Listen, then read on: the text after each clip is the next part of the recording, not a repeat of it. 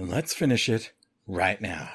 Not now, Buford. Marshall's got our guns. Like I said, we'll finish this tomorrow. Tomorrow we're robbing the Pine City stage. What about Monday? We doing anything Monday? No, Monday's fine. You can kill me on Monday. I'll be back this way on Monday. We'll settle this then.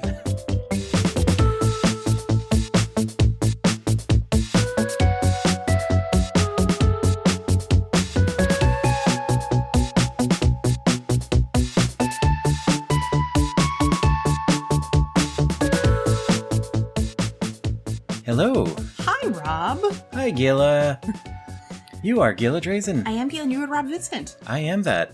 And this is episode 206. 206! 206 of Modern Technology Watches. Huzzah! Which is exciting.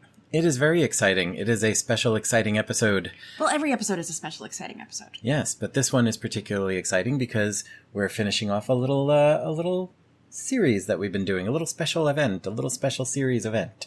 A little special series of it. Are you showing me Back to the Future 3? I'm showing you Back to the Future 3. Yes, this time you knew the movie beforehand. Yes, and I'm just curious. Yes. You're not going to pull out a fourth one at some point. No, there is no Back to the Future 4. There have been little attempts to do Back to the Future 4-like things, but I think maybe we could go into that in the next segment after we've seen it. Okay. But this is the last and final Back to the Future movie. Oh, I'm okay. And we are going to be joined by our wonderful friends from the Dork Web, Gabe and Jen. Yes. And our intrepid trilogy watching friends. Yes, indeed. You remember where the last movie ended? Yes. Marty's stuck in the 50s. Marty's stuck in the 50s. Joe Flaherty brings him a letter. Mm-hmm. Doc's in the Wild West, and he says, come meet me here. He doesn't say, come meet me here. At the end of the movie, we know that Doc's in the Old West, but he's alive, and Marty runs to the only man who can help him. 1950s Doc. 1950s who Doc. Who promptly passes out because he just sent Marty back to the 1980s. Mm-hmm. You see? You thought I wasn't paying attention. I didn't say that out loud. We have, since we're watching this on a box set of blurry discs, and we do not have individual slipcases for them, I'm going to repeat what I did for the previous two Back to the Future movies. And instead of showing you the DVD case, I will show you a scan of an old VHS, thanks to VHScollector.com, which is a great source of these things. So here we have a scan of, it looks like a Canadian pressing of Back to the Future Part 3 on VHS from 1996.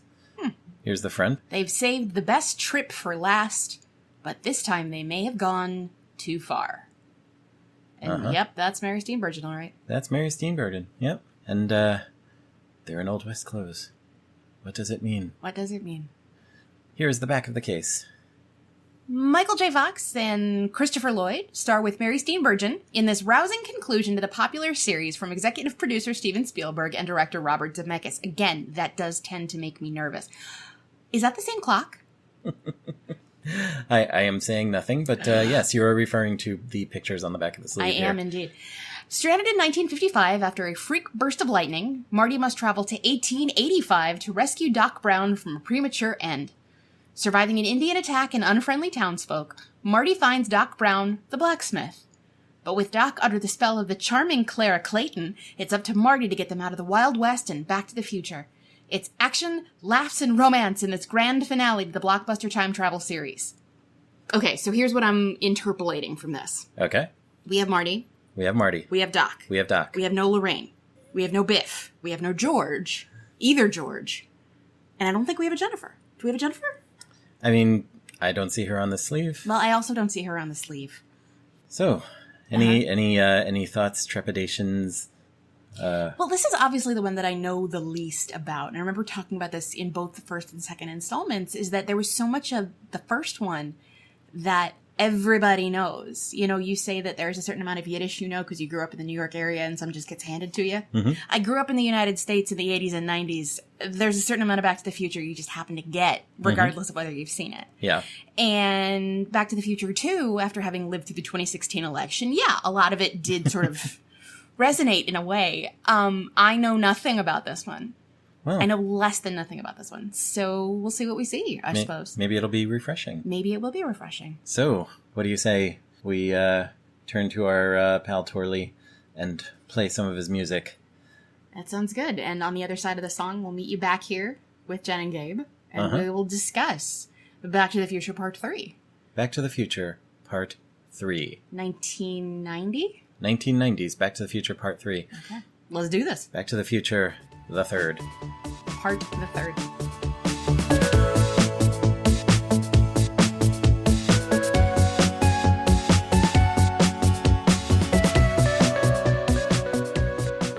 Hello. Hi, Rob. Are we back? I believe we are back to the future again.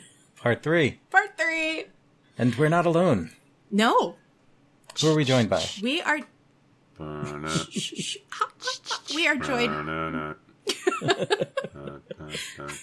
We are joined by our intrepid friends, Jen and Gabe of the Dork Web, who have returned again to share this experience with us one more time. Hey, hi, hoo, hey, hi. Hi!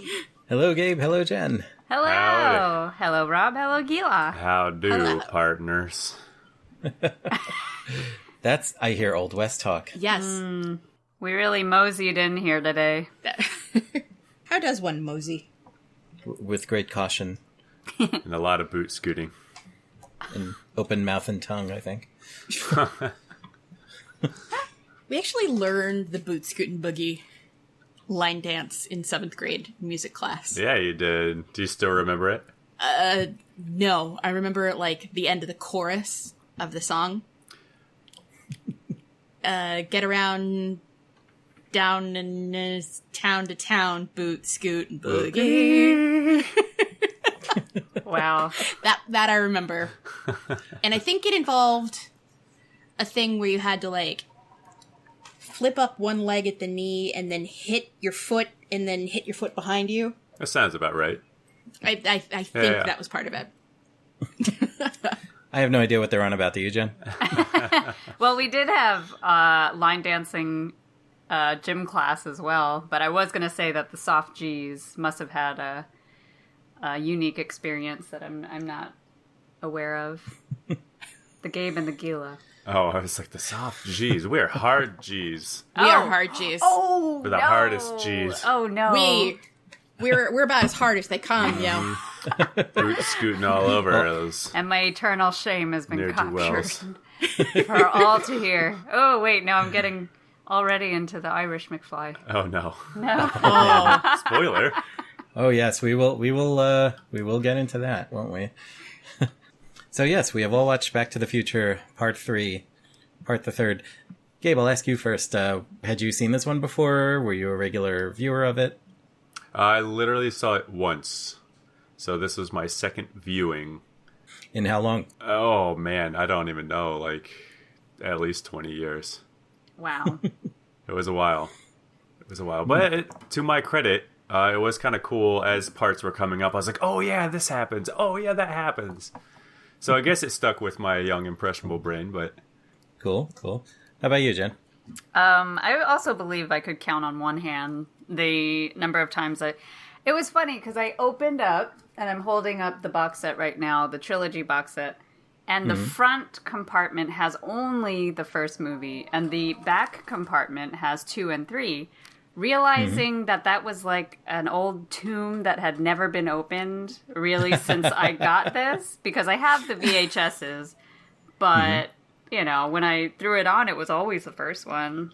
And so the back section had like the security magnet sticker that would get me if I tried to steal this out of Best Buy. And I was like, wow, I really have not touched these discs since, yeah. So the first one got a little more mileage on it. Absolutely, yeah. Legit. And so, Gila, you had not seen it before. No, I had not. I mean, it would have been weird if I had not seen 1 and 2, and I was like, yeah, I'm going to check out the third part of this trilogy. Well, you never know. That you might have been some massive fan of Westerns in general and just like, oh, they made a Western. What's this car doing there? Have you met me? I have met you. And, I also never discredit the summer experience of like maybe camps or Oh, yeah. sleepovers. You had no choice and somebody just threw something on and you were party. True. It was, I had friends who, like, we had weird movie choices at sleepovers. One sleepover, we had a Bette Midler Film Festival, and we watched Beaches and Big Business. How old were you? 9. This Wow. explains so much. That is some heavy 9-year-old. We did, there was one where we did Nicolas Cage, and we watched Moonstruck and Peggy Sue Got Married. Nice. Wow.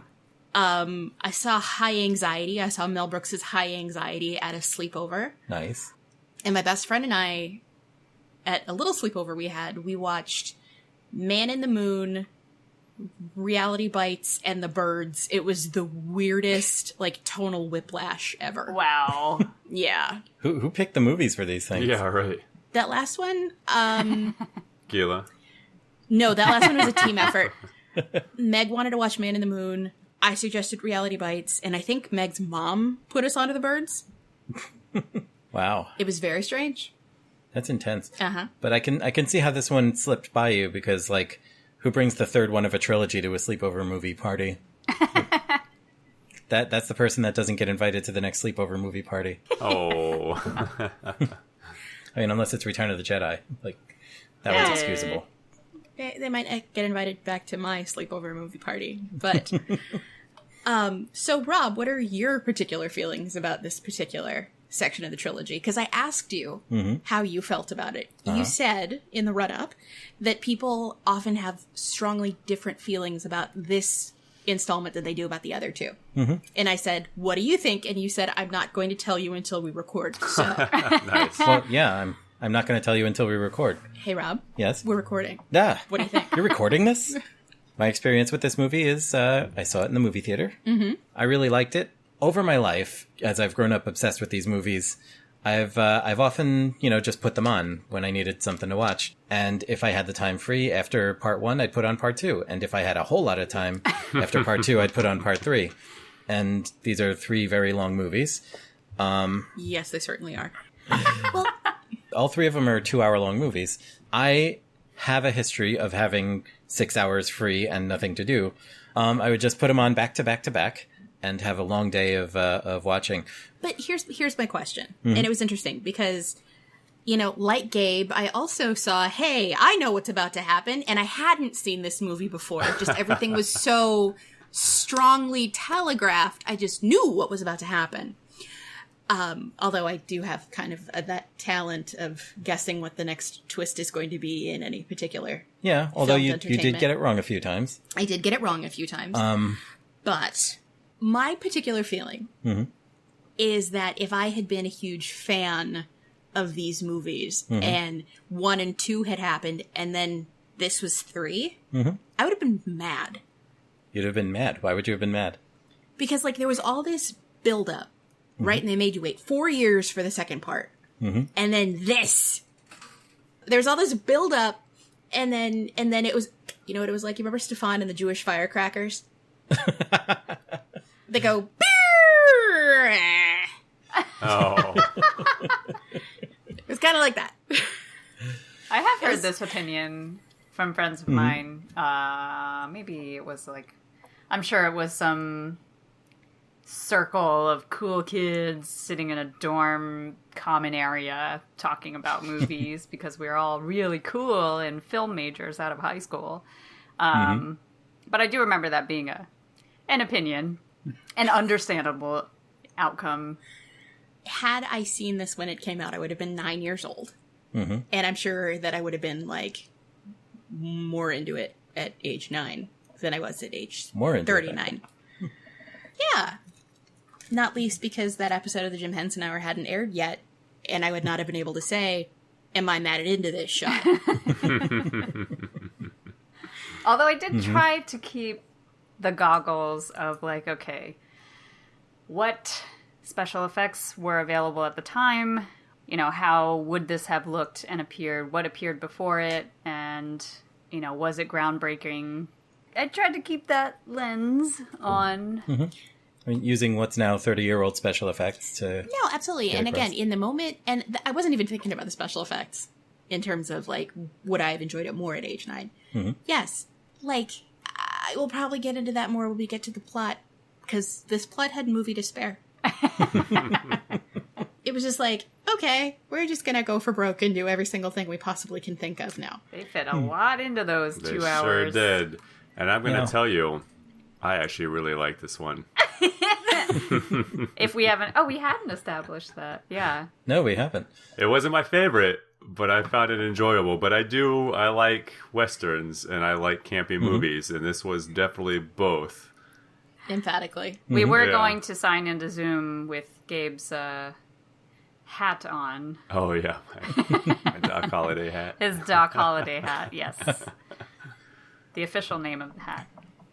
But I thought it was fun. It flowed well. Yeah, like there were a lot of like rolling your eyes kind of moments, but overall, I really enjoyed it. And I correct me if I'm wrong, but I kind of felt like this one was more Doc centric.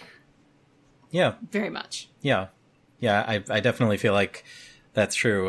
The first one is a Marty movie. The second one is kind of a Marty and Doc double act. And the third one is more Doc's movie. And Marty's kind of the buzzing mosquito around him. Yes. Yeah. Although pretty Yeah. low energy, I thought.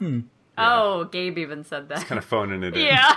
He's like, I think Michael J. Fox is kind of phoning it in. How long it had been since he had been a supporting character in anything? Because if Marty is more of a supporting character in this. That's a good point, because at this point he was Michael J. Fox, the leading man. Yeah. True. And, this was... When was Teen Wolf? When Wow. Teen Wolf was, what, 89? 87, was it? 87? Maybe? So, there was this run of, Michael J. Fox is the man. And in this, he's, a pesky teenager. And he was probably pushing 30 at this point and still having to play pesky teenager. Oh, Teen Wolf was 1985, just like Back to the Future. Okay. Looking it up. I did enjoy the factoid we talked about with the first one where Michael J. Fox was just so sleep deprived. Oh, yeah. Yeah. And I see that now and I'm like, man, maybe he just needs to... Oh, that was what it was. Gabe, when we started the movie, and I know it will probably hit it on the plot, but he was so happy. I was immediately satisfied. He was so that satisfied. Marty McFly finally got to sleep. Yes. I'm pretty sure the words were out of my mouth. I was telling Jen, man, when is this guy ever gonna sleep? Oh, there he is. There he is. Apart from getting knocked out Yes. and doing the same bit 3 times. And if those of you who've listened to Modern Technology Watches' episodes, Modern Technology Watches'? Those of you who've listened to our episodes on Back to the Future There 1 you and go. 2, yes, I think, Gabe, you've expressed concern over was Marty just McFly's sleep for the schedule each guy. time. Yeah. It's so Yeah. true, though. Now, correct me if I'm wrong, because I may be completely misunderstanding all the timelines. But everything else pretty much happened, really... It was compressed timelines in the past, right? And this time, we know he's there for at least a week. In the first movie, he's in 1955 for a week. Oh, and never then mind. comes back to the next day in 1985. And then that's the same day that Back to the Future 2 happens. And, he's in the future. He's in 1955. And then Back to the Future 3 happens. He's in 1885. And then at the end of Back to the Future 3, he gets back to that same day from the end of Back to the Future 1. Ooh, okay. So Marty McFly, according to everybody else, just had one night's sleep. But he's had 2-3 weeks of madcap sci-fi adventure. During which, he didn't get much time to nap. He should have really thanked everyone that knocked him out.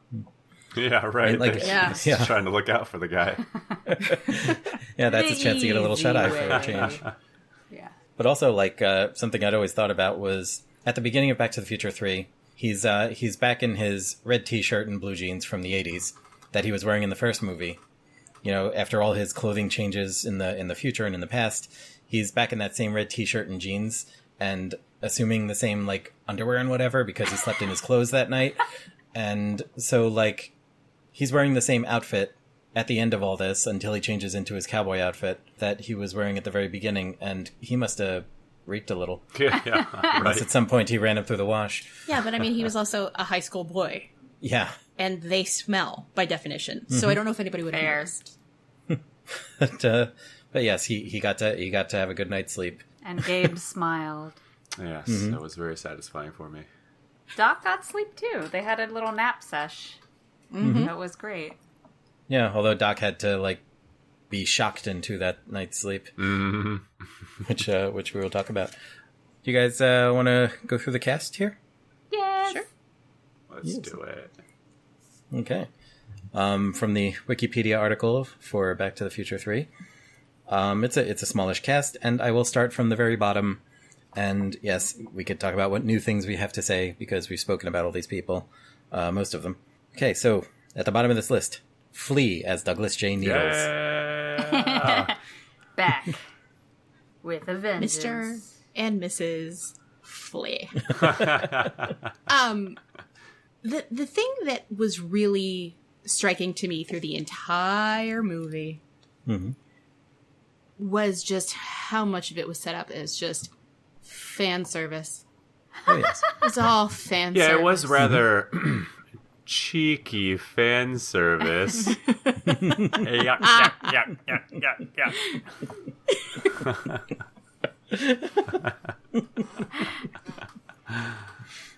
And as we get to know Gabe's But humor, go on. more and more, his opinion on why this is the best of the three makes perfect sense. And it was also something very interesting because, the sense that I get is that no one leaves Hill Valley. It's just not a thing that you do. Forever. It's like the Truman Show. Forever. Yes. It is this is where you are, and you never leave. And your great-grandparents were in this city, and your great-grandchildren will be in this city. And that's just how your life is going to be. Maybe that's where the Hotel California is. It's very possible. It is very, very possible. And that's also maybe what drove Doc to pursue his dream of time travel, because no one ever gets out of Hill Valley unless you really, really push it to 88 miles per hour. If that's true, then this is such a sad, sad tale. Because he still doesn't get out of Hill Valley. I mean... Yeah, if his goal of building the time machine is to get out of Hill Valley, he never does. That's true. Because he goes back to an old Hill Valley, then to a future Hill Valley, Right. then to the way past Hill Valley. Right. It's just But you the don't same know where town. they're going at the end, which I won't That's true. spoil That's true. until we get there. Probably Hill Valley. Yeah. So Doug Needles is Flea. Yes, Flea is Doug Needles. Because no one ever leaves Hill Valley. And you will go to high school with the same permutation, the people that you will work with as an adult, that you will golf with at the country club, and you will be buried next to in the Hill Valley Cemetery. God, I'm so glad I got out of my hometown.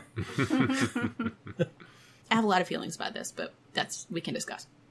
Okay. Elizabeth Shue has Jennifer Parker for about 10 seconds. For about 10 seconds. I still think she looks too old for Marty.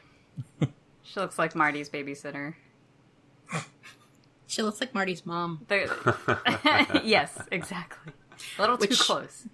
Yeah. Yeah. It got creepy. That's it true. got creepy with the recasting. I know we covered Especially that in part two, with the recasting. Yeah, Elizabeth Yeah. Shue looks more like Leah Thompson than Claudia Wells did. Mm-hmm. And also blonder. Like, they gave her that weird blonde wig. Original Jennifer, I think, had more of a light brown hair, kind of darker roots. Yes. I don't know. So the question I have is, how long had she been asleep on the porch? Yeah, right? That's what I was thinking. And why would she still be there?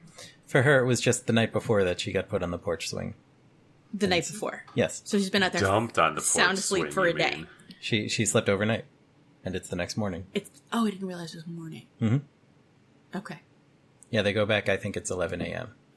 And Right, yes, she's it's still 11 knocked a.m. out, but, like, she was knocked out with the shock of seeing her future self, and so, like, maybe that puts you out for a while. Okay.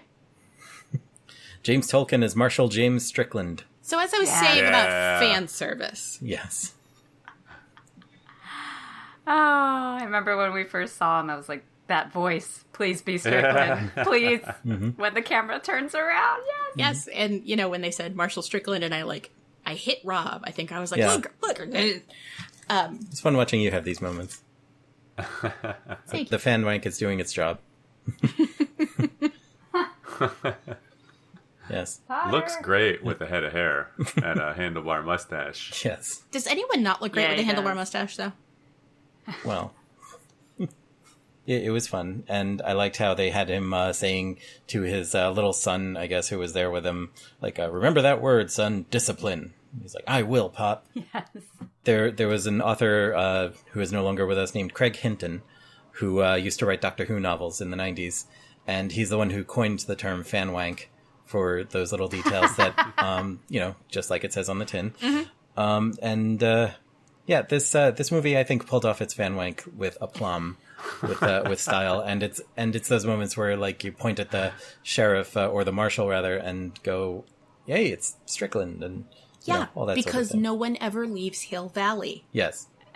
So you took a nice little generous bit of fan wank given to us by the filmmakers and turned that into something dark. Yeah, because, think about it. Everybody's got their own little niche in Hill Valley, right? Mm-hmm. And the Stricklands do discipline.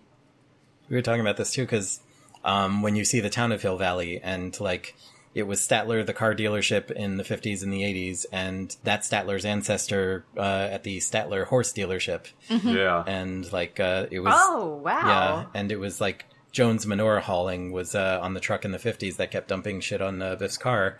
And it's Jones Manure wagon, yeah, in the 1800s. If you live in Hill Valley, this is your life. Yeah, you're gonna live there forever, and like your descendants will continue in your exact job. Yes, you're gonna have the family business. You're never gonna meet anyone new.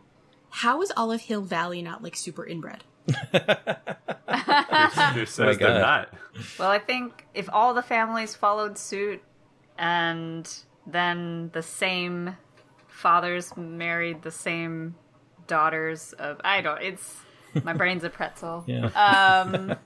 Yeah, it's a kind of hopeless universe. Like, it's cool and all. There's security and identity, but, like, we're in this age of talking about generational curses. Nothing's going to be broken. It's just the king and the prince are the same and keep going. Nobody rebels and becomes something else. Like, if your dad was an ass, then you're going to turn into an ass. And your son's going to be an ass. Yeah. The proud lineage of the bully, the town bully. I'd just like to point out that I'm a very different person in both vocation and appearance than either of my parents or any of my grandparents. Like, if you were making the movie of my life, you couldn't, like, cast the same actor in drag as one and also the other. Like, See, I'm not going to say I'm dissimilar in appearance to one of my parents, because I'm not, but you guys have all met my mom. yeah. I look a hell of a lot like my mom. You look a lot like your mom, but you don't look like the same person in different wardrobe. No, that is true. Yes. And you also look a lot like your dad, but you certainly don't look like him wearing drag. No. Actually, I could look like my dad in drag. With no makeup what a and thought. my haircut again. The challenge has been posed on this pod. Yeah. You heard it here first. All right. Add a little dot on his face and we're good. Now, Gila, I know you have feelings about this next one. Mm-hmm. Leah Thompson as Maggie McFly and Lorraine Baines McFly. All right, so setting aside the Irish accents for a minute, Yes. because, wow, why is it that Maggie, who does not have any blood tie to Lorraine, Yes. that's creepy as hell. Well, I think we just discussed how Yes. there is a blood tie to Lorraine, right? Okay, so Oh no. there's like some supporting weird, evidence. some weird century apart inbreeding going on. Right, like, was Maggie... But they came from Ireland. Mm-hmm. So were there Baineses in the same area as Ireland as the McFlys? Is it Maggie Baines McFly? And then how is that not weird? I guess my concern is for, like, the writer's table, and for them to need this scene to be exactly the same so they can do this bit again. Yes. With Leah Thompson waking up her son after being knocked out. You really needed it that badly that you don't consider the disturbing like casting of the mother to be the wife, and like you're saying, like with what blood tie? It makes no sense. Like, there are deeply bizarre implications to that particular casting choice, and I understand that the whole point of it was indeed fan wank, and they just wanted to be able to have Leah Thompson give the same fucking speech in each movie. Next time it's a Russian accent. I did say to Rob when we were recording the introduction, I'm like, you're not gonna sneak Back to the Future 4 on me, are you? No, there is no Back to the Fan Future wank 4. production. Nope. Wow. But we will go into the things we have instead of Back to the Future 4, but that's a discussion for later. But yeah, I mean, you could say maybe it's just the McFly men have a type. And that type is vaguely Leah Thompson shaped. No, there's nothing vague about this. But we can also say that this trilogy, what it really needed is even more incestuous overtones than it already had from the 50s Thirsty Lorraine in the first movie. Yes. So true. Oedipal. And the big boob scenes in the second movie. Yeah. Yeah. Oh, I not thought about Although, that. now that I think about it, that does make sense, because he makes it very clear that, that's my brother, like, Martin. So Yes. then you don't get disturbed, but still, no blood tie, like you said, Gila, doesn't make it right. What are they, cousins through marriage? Or I don't know. There's just something weird there. There is. Thomas F. Wilson as Buford Mad Dog Tannen and Biff Tannen. So I do love how they were just like, what is the 1885 equivalent of Biff? Oh, Buford? Okay. Done and done.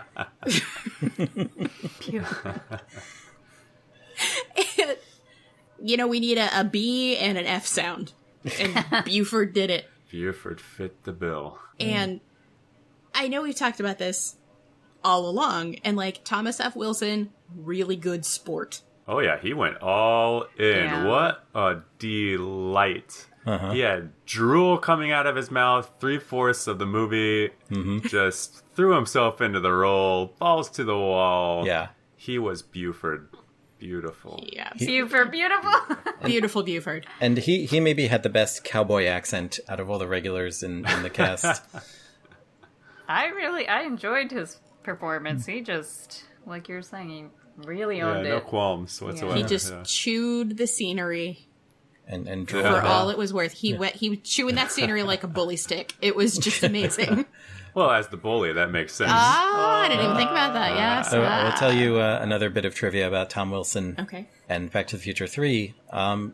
When asked, one of the questions he's always asked, to the point where he made up a little card with like his frequently asked questions and the answers to them to give out to fans. He's apparently asked all the time which one of the Back to the Futures is his favorite, and he says the third one. Nice. And he said it's because he got to, do, gun handling and horse riding and rope tricks and all that sort of stuff that they had to train him for so he could play Buford. He got to be a villain in a cowboy movie, which he seemed to really enjoy. Yeah, and I think that came through in his performance. Yes. It was very like Agree. Snidely Whiplash, Yeah. Snidely was posh. He was. Well, yeah, but just that whole. I was just waiting for him to like tie Clara to the railroad track. That was the only thing he didn't do. Yes. And also just the comeuppance that he got at the end. Mouthful of shit. Yeah, particularly foul. Yes. And I'm very curious, like, what they actually gave him to chew on. I had the same thought. I was like, what is actually in his mouth Yeah. that he's spitting out right now? Like, seriously. Yeah. I mean, Yeah. It was someone's job on that movie to like get a bunch of edible stuff from like the grocery store and make something that looks like manure. That would be my question. Mr. Wilson, what did that taste like? Mint? Basil? Did they give you some nice fresh chocolate cake with a little mint frosting? Yeah. Okay, which we've spoken about this in our previous episode. Oh yeah. Yes! Oh, yeah. And you said that's removable, yes? Yes.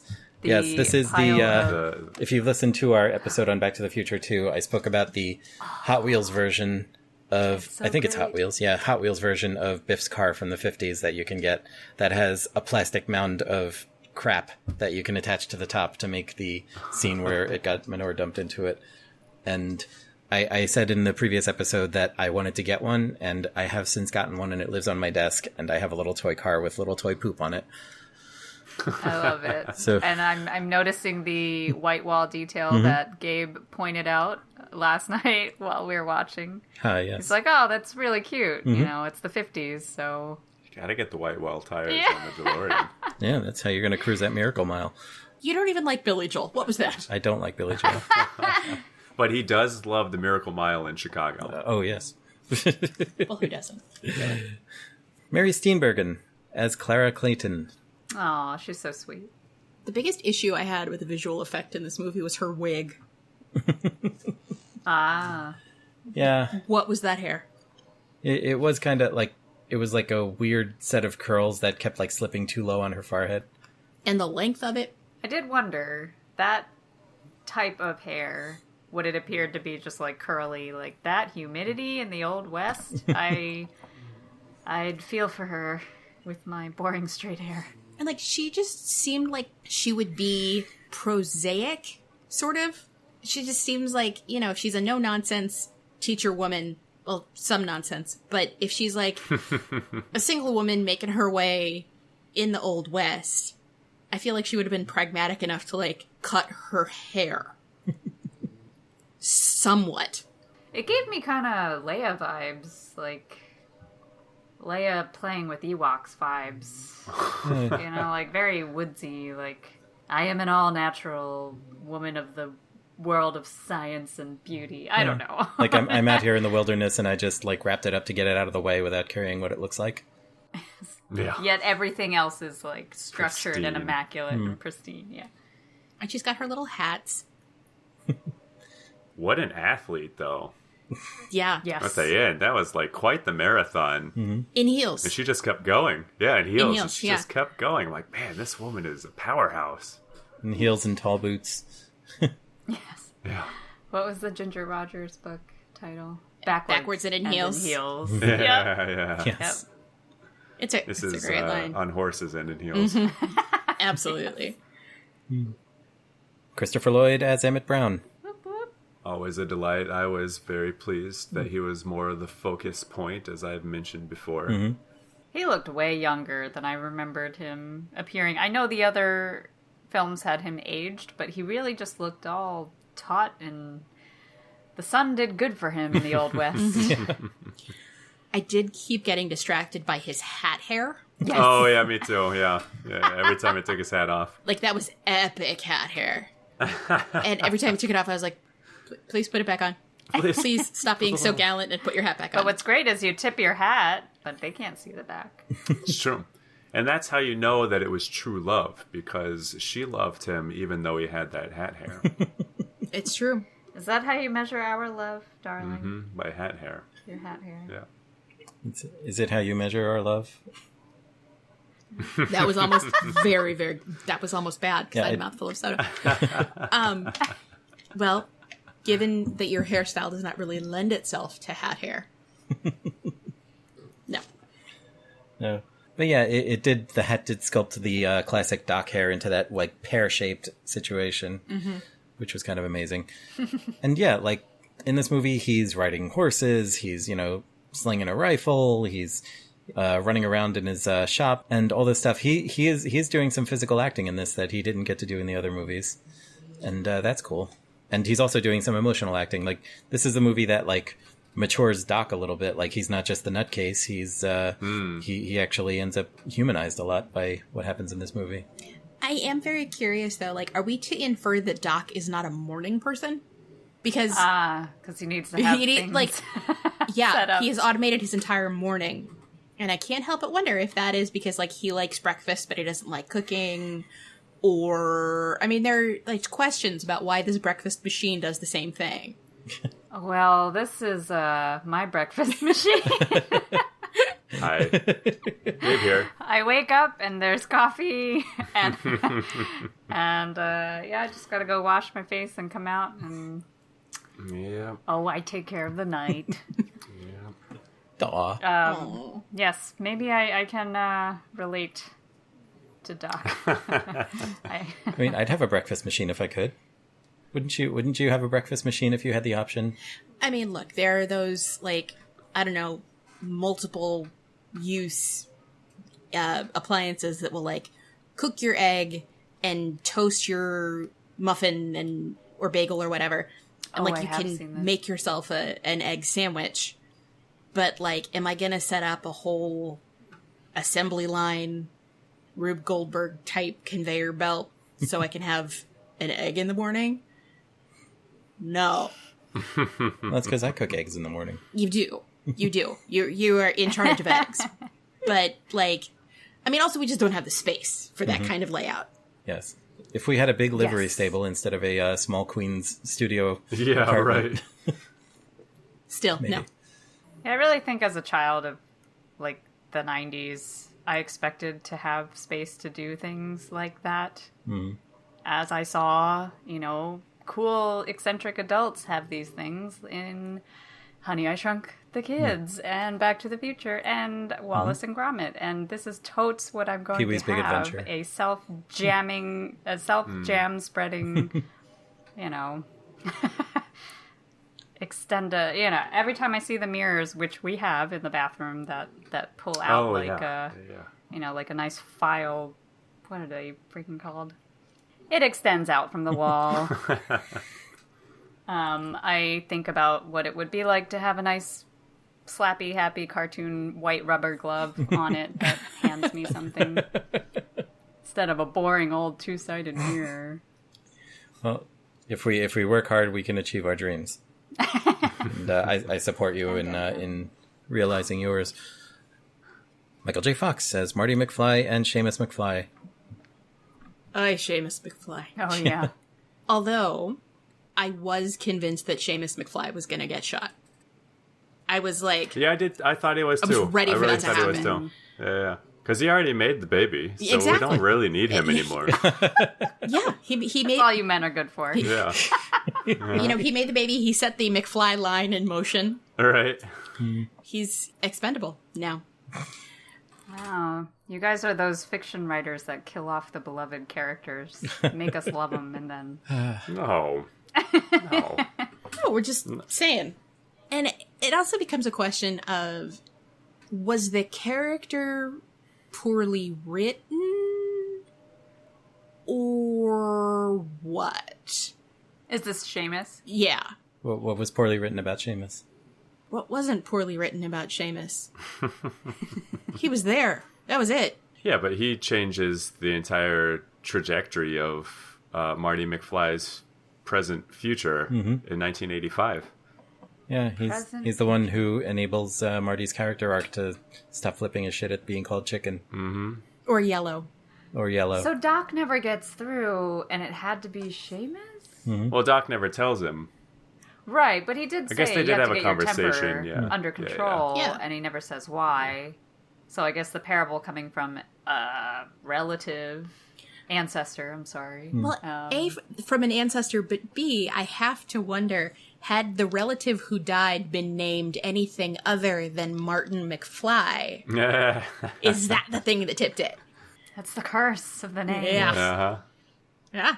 M is for murder. Oh my gosh. Oh my gosh. Oh my gosh. No, your Irish accent was too good there. It was like none of us are of immediate Irish extraction. I don't think. No, but I do have Irish family, which makes Bet you for do. fun family photos. Because my cousins would bring me back something from the Guinness factory once a summer. I like your own book of world records. No, like I wonder about, and if any of you out there are listening and can answer this for me, please write in with a listener email about this. But I really wonder what people from Ireland think of the accents that Michael J. Fox and Leah Thompson are attempting in this movie, and are they going full Dick Van Dyke and we just can't see it? I think they are. going full Dick Van Dyke, and let me tell you why. Tell me why. Okay. My father was a big NPR listener when I was a kid. Mm-hmm. And on Sunday afternoons, there was a show that was on, at least on Nebraska Public Radio, that was called The Thistle and Shamrock. And it was, and it was hosted by a woman named Fiona Ritchie. Ooh. And every Sunday, they would turn on The Thistle and Shamrock, and after it was over, my father and my brother would spend the afternoon talking in these Irish accents. And, and it made me crazy. They sounded better than Michael J. Fox and Leah Thompson did. I think if we were to call Fiona Ritchie for a consult on what she thought of these accents, she would... Faith in Bagara should probably pass out. That's what I forgot to look for in the credits, like a vocal coach or something, or like a dialect coach. Dialect coach, I think, Lucky Charms. Oh man, you just literally took it out of my mouth. I'm sorry. Oh, man. Ooh. I used to occasionally do stand-up with a friend of mine, Liz Glazer, who had this stand-up showcase at a place called Paddy Riley's Music Pub, which is in Midtown East. And you go in and it's a full-on Irish pub and everything's Irish-themed. And, you know, they've got Guinness and all sorts of other Irishy things. And I'm not sure either Seamus or Maggie McFly's accents would have passed muster in there. I think it might have started a fight. But yeah, that show ended up ending because the management wanted to stop having comedy in there and just do music, which makes sense because, like, the comedy was something you had to listen to and pay attention to. When you've had enough of it, you just get up and you're like, well, okay, see ya, everybody. But with the traditional Irish music that they were replacing us with, it was like, you know, someone's getting their coat and like, well, I've had enough, I'll see you guys later. And then someone in the corner starts up with, shake hands with your Uncle Mike, me boy, in case you're sister, okay? And you're like, oh, God, 2 more beers. You must. It would be an insult otherwise. So, shall we get into this plot? Let's get into it. Let's plot it out. The plot section from the Wikipedia article for Back to the Future 3. On November 12th, 1955, moments after witnessing his apparent death, Marty McFly learns that Dr. Emmett Brown was transported to 1885. Dun dun dun! Exactly. Marty and the 1955 Doc use the information in Doc's 1885 letter to find and repair the DeLorean so Marty can return to 1985. Doc's letter instructs Marty not to retrieve him. It's a long letter. It's longer than I thought. Yeah. I always thought it was 1 page. Yeah. Just like, I'm cool, thanks, love you, bye. There was a nice long letter, and you only caught a bit of it in the beginning, and they go through the rest of it here. And along with the letter is a schematic on how to replace one microchip that's blown out in the DeLorean with that whole setup of vacuum tubes and valves that gets strapped to the hood of the car. I do really enjoy how OG Doc was like, these are the things available in 1955. Mm-hmm. I don't know how much time he spent in 2015, but now he has all these like times to reference of what is available, what will be available, what is not yet, won't be invented for another century. Like, I enjoy that. Yeah. Speaking to himself in the future-ness. That was cool. Yeah, he was there for 9 months. He gets sent back to January 1st, 1885, and the letter's from September. And Marty goes back to like a week after he wrote the letter, I think, or the next day, or something like that. Next day. Yeah, that's right, because he's going to get shot on Monday. Mm-hmm. So Doc's had time to get himself set up and become a blacksmith and build himself all that stuff. And get, like, ingratiate himself to the community. He's friends with the mayor. And he has the most fabulous Brooklyn loft. Yes. With converted. Original wood. I really liked the, and this article skips over all of it, but I really liked the stuff with 50s Doc. Mm. I thought Christopher Lloyd was obviously having the time of his life in that bit, because he still got to be, like, younger, crazier Doc, to contrast the older and saner Doc. And, like, the thing when he's freaking out and panicking in his house because he doesn't believe that Marty's there, and, like, he backs up against his organ that he has, and, with his, like, hands and his butt, he's, like, playing dramatic chords on the organ that go along with everything. He's screaming at the top of his lungs, you know. It's so good. That bit kills me. Yeah, that was great. Marty spots and photographs a tombstone with Doc's name dated 6 days after the letter and learns Doc was killed by Biff Tannen's great-grandfather, Buford. Okay, so we have the 1955 camera that Marty is documenting everything with. When did they get the film developed? I suppose there really was no rush for them to go back in time, so they could have spent the amount of time to develop the film and then gone back. It's true. I mean, we just didn't see it. Yeah, I mean, Doc had time to, like, they went back to the mine and got the car, and, like, Doc was able to build that whole setup. So that would have taken some time. So they weren't pressed for time in the 50s, so yeah, they could have hung out for a while and took their time. Here's the question that I have. It's not even a question so much, just an observation. But, do you remember the book Ramona the Pest? No. I think I do. This is the Ramona book where she starts kindergarten. Or maybe it's Beezus and Ramona. No, it's Ramona the Pest. Anyway, her teacher is reading the class Mike Mulligan and his steam shovel. And Ramona interrupts the teacher. Not interrupts, but like raises her hand and waits to be called on. And the teacher says yes. And Ramona said, "When did Mike Mulligan go to the bathroom?" Fair. And all of a sudden, that's all anybody in the class wanted to know. So I realized that, like, my wanting to know when they got the film developed was sort of like wanting to know when Mike Mulligan went to the bathroom. But it's like, it's kind of an essential question to me. There we go. Film developed. Was it Fujifilm? Yes. Apparently everything that's Japanese. Yeah. Yes. Marty travels to September 2nd, 1885 to save Doc. He arrives in the middle of a cavalry pursuit of Indians. Yeah, so, like... Oh, no. So he's in the drive-in. Which is, like, 50s faux, pretty racistly Indian theme. Yeah, and he comes out dressed for, like, the Western capades. and I was like, oh, those Indians are still going to be there. Because, you know, Doc was like, oh, the Indians won't be there. You're not thinking fourth dimensional. I'm like, yeah, they are. See, I knew it was coming. Yeah. Painting of Indians on the wall of the drive-in. Yes. Yes. And, I should point out, too, that Indians is not the preferred nomenclature these days, but this movie uses it. And in the context of the 50s and in the context of the 19th century, it would be appropriate for those characters to use it. It's not generally polite to use that term of address these days. Ooh, especially now, yeah. But as Marty's driving towards the wall, I was like, oh, okay, we're in the racist section of the movie now. Yes.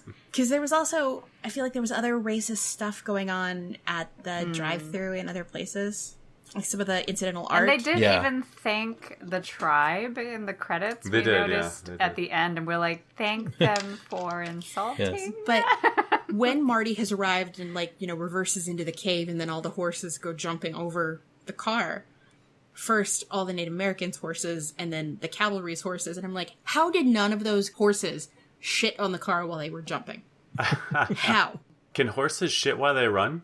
I don't know. I don't know. That's a can genuine shit question. while they're walking. And I Shit can on the say run. this because, Right. A, because it's happened. B, because my place of work is on one of the major parade routes in the city. Oh, no. And I was out there once on St. Patrick's Day. You know, a bunch of us were just like, we're going to go watch the parade.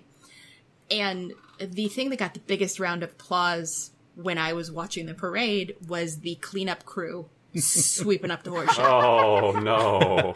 So I was just like, Oh, no. there's for sure going to be horse shit happening here. Because if I know anything, it is that the Back to the Future films are not above a good scatological reference. Or a bad scatological reference.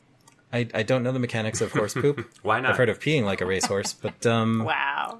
I guess if you want, you can write the missing scene fan fiction where Marty's sitting in a car and a horse craps on it. And Marty's like, ah, man, and cleans it off before moving on to the next thing. And he says, things couldn't get much worse, and then there's a bear. The horse craps on the car. John DeLorean somewhere sheds a tear. Exactly. When the DeLorean's fuel line is torn, Marty hides the car in a cave, only to be chased by a bear and knocked out. Found by his Irish-born great-great-grandparents, Seamus and Maggie McFly, he spends the night at their farm, then walks to Hill Valley and runs afoul of Buford and his gang. So he's got his sneakers on. His moccasins. And Yeah. correct me if I'm wrong, but don't most shoes of that type have some kind of like venting or mesh or something in them? Because there were places where I was willing to suspend my disbelief, but, like, that he landed in a pile of horse shit in, like, low-top Asics and then proceeded to wear them for the rest of the movie. And all the sneakerheads screamed. No, I think he had boots on at the end, didn't he? Not when he stepped in the poop, though. Not when he stepped in the poop, but by the end of the movie, didn't he have boots? Yeah, when Doc puts real Old West clothes on him instead of the Roy Rogers gear, he gets boots. Okay, I didn't remember. Yeah. Okay. But, to your credit, they did have the horse poop. Mm-hmm. It just took them a couple minutes to Right. put it I was in like, the this ground. is for sure gonna happen. It was just, when? When was the question?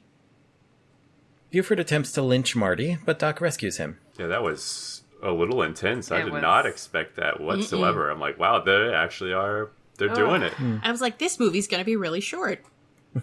Yeah.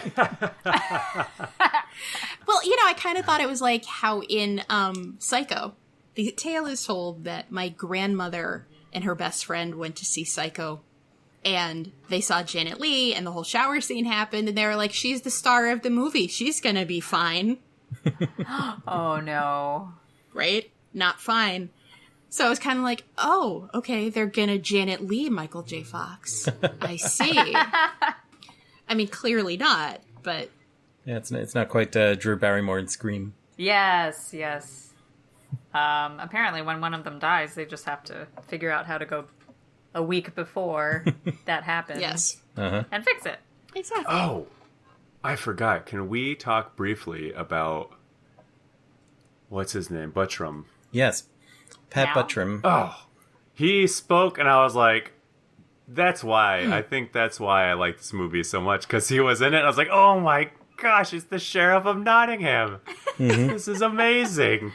Oh, nutsy. Yes.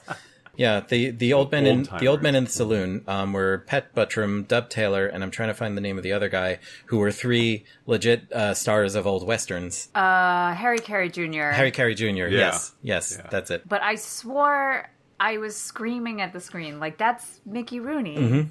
Is that not Mickey Rooney? And I got so confused because I even looked at the pictures side by side. I'm like, that's Mickey Rooney. He was a little Mickey Rooney-ish, but yeah, that was a bit of fan service for all the fans of westerns watching the movie, because like those three guys were legends and like in all those saloon scenes in legit westerns. So Richard Dysart, who was the MacGuffin on the train, Oh, was on LA Law. He was the senior partner at the firm.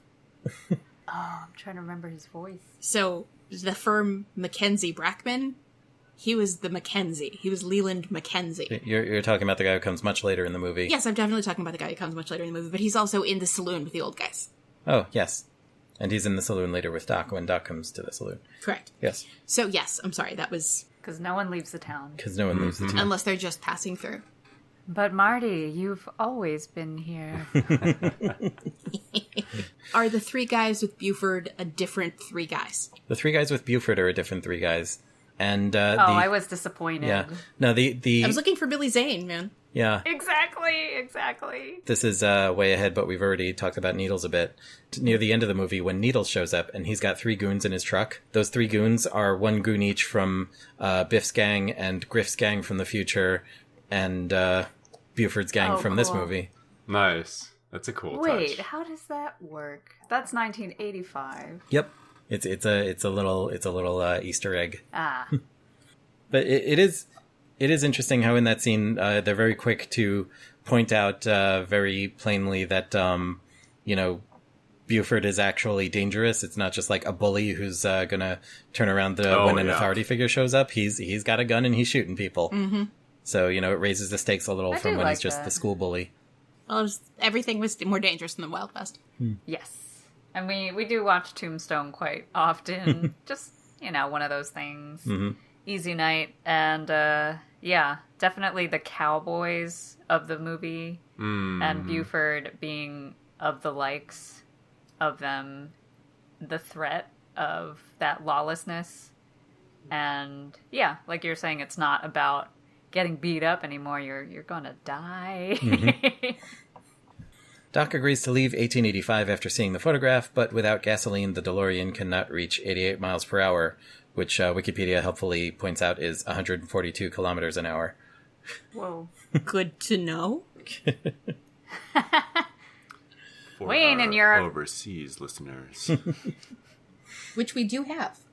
Doc devises a plan to use a steam locomotive to push the DeLorean up to the required speed. While he and Marty explore a rail spur, they spot a runaway horse-drawn wagon. Doc saves the passenger, Clara Clayton, altering her death from the original timeline, and they quickly fall in love. Aww. At a town festival, Buford tries shooting Doc, but Marty thwarts him with a frisbee pie plate. Frisbee pie. Okay, hang on. Can we back up for a second, though? Sure. I need that frisbee pie tin. So, if she was supposed to die in the original timeline, then how did the tombstone say his beloved Clara? She was supposed to be dead. In the history before Marty went back for Doc, Doc had volunteered to pick her up from the train station. And so, they met in that timeline and I guess fell in love anyway. And then he got shot right after they fell in love. But when Marty shows up and shows him the tombstone, they're like, I don't know any Clara. And then the mayor shows up and goes, oh, you promised to pick up Clara from the train station. And Doc doesn't pick her up. Right. Because he figures, well, if I never meet this woman, I can't fall in love with her. And then they just happen to be out there looking at the rail spur when Clara had to rent a buckboard and some horses because her ride never showed up to the train station. Right, but she was supposed to go into the ravine. Right. Which is Let me. why Can it was... I think I can field this. Okay. So originally, because the ravine is named after her, right? Right. Because she took a dive into it. Doc Brown was not in the West, Right. Oh. and thus he wasn't there to originally pick her up. And so, assuming that things would have happened as they did in the movie, except he wouldn't have saved her Okay. because he wasn't there. Thank you. Right. That takes a Right. thorn out of my brain that I didn't know was there. That's so sweet. I really like seeing Doc in love. It's adorable, and I thought it was great when I was a kid. That's one thing that, watching this movie as an adult, I don't think rings quite as true for me. Like, the whole Doc and Clara love at first sight relationship thing, they don't seem like characters who would have done that. But you never know. I mean...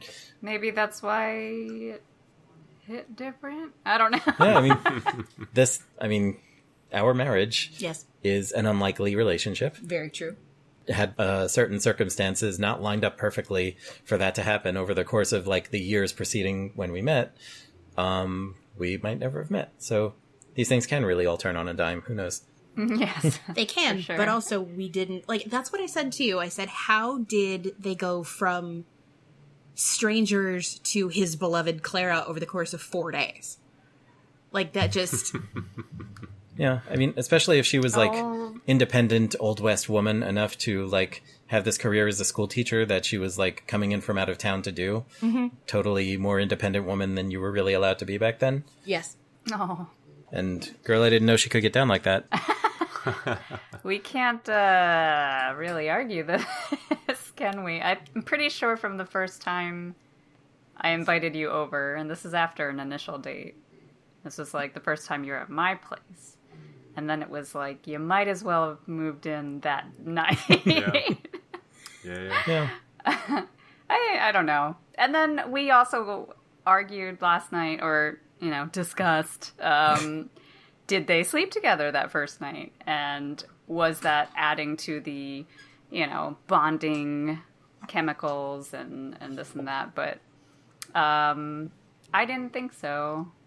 I did think so. And he did think so. And I was like, well, we've talked all night. He's like, what did they do? Just talk all night? And I'm like, yes. Look at the stars. And they looked at the stars. What? And it was beautiful and magical. And she gave him a flower.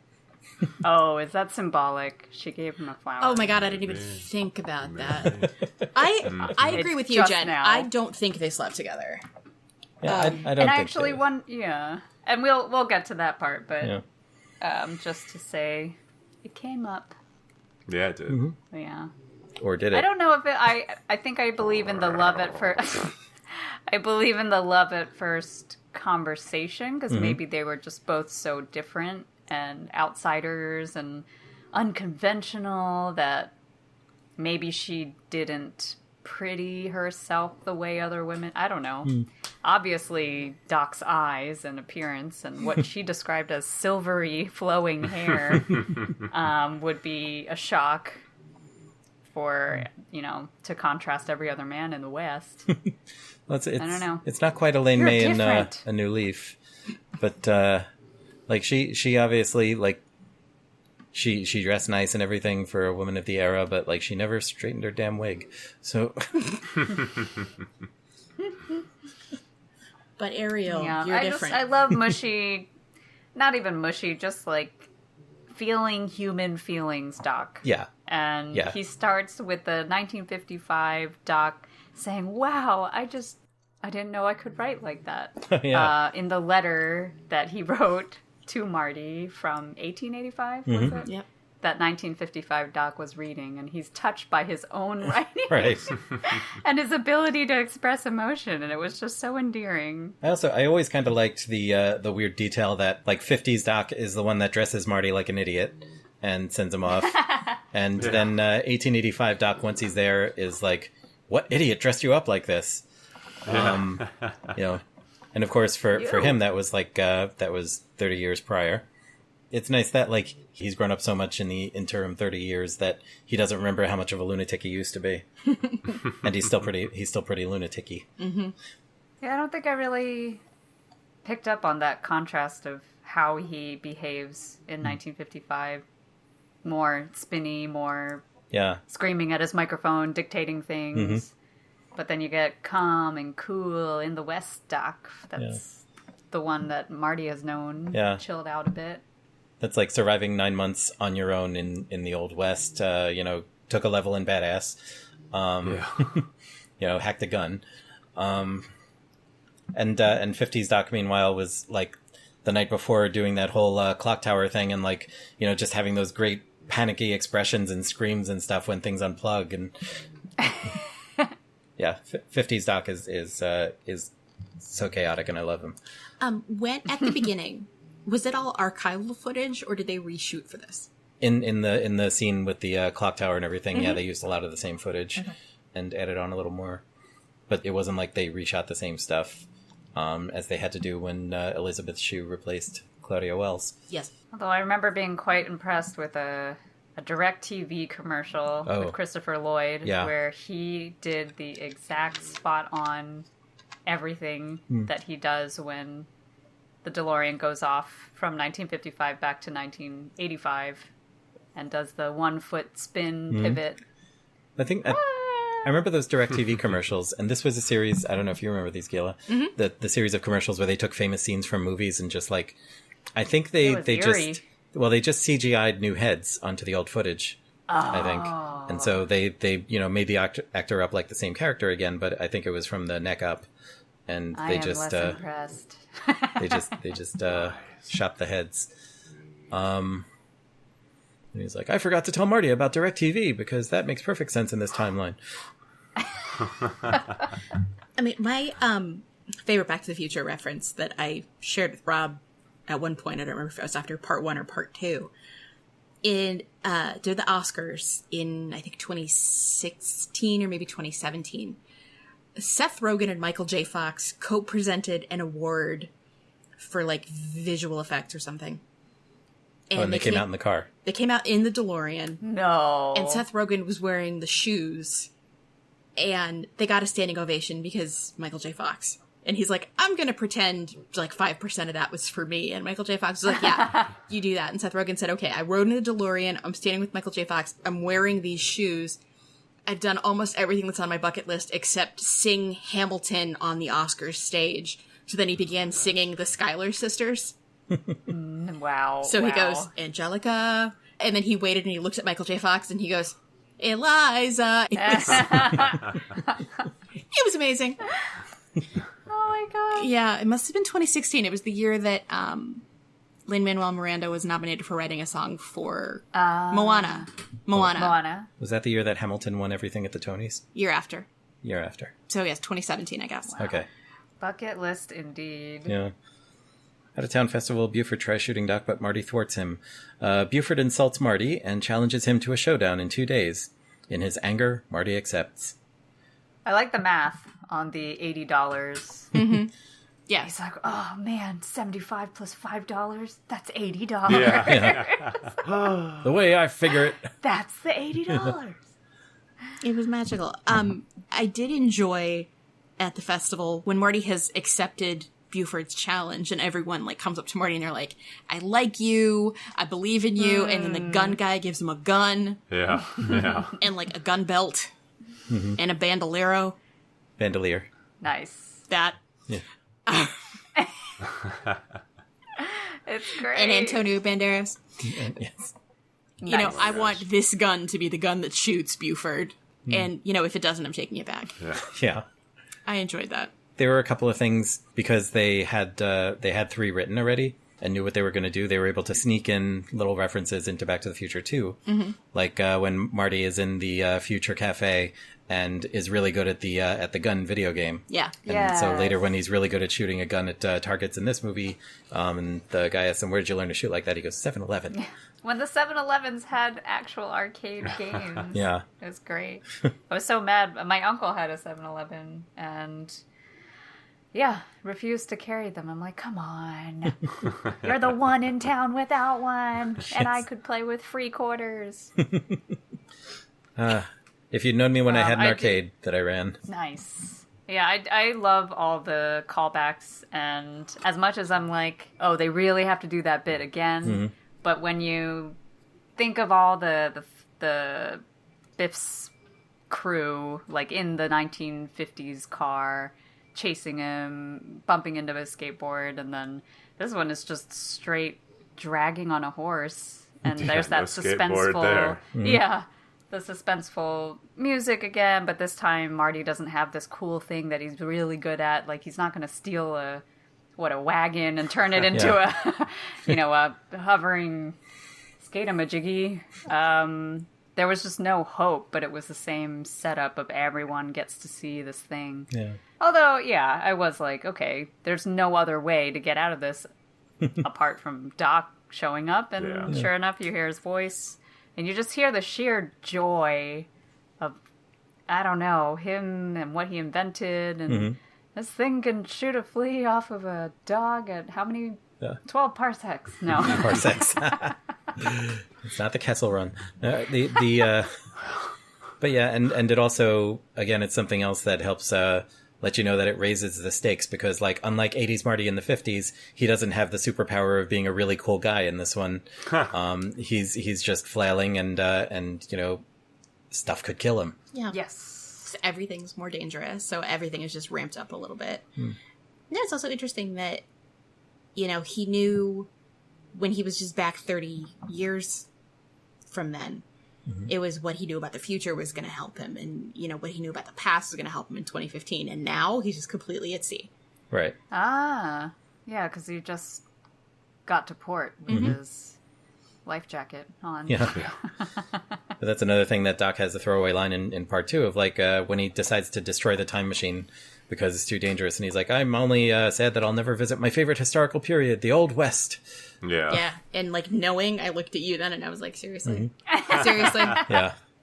And there is this shirt that Doc is wearing in 2015 that's like this really bright blue and yellow print of locomotive trains all over it. Oh, yeah. And it looks like a Hawaiian shirt, but it's the print is trains.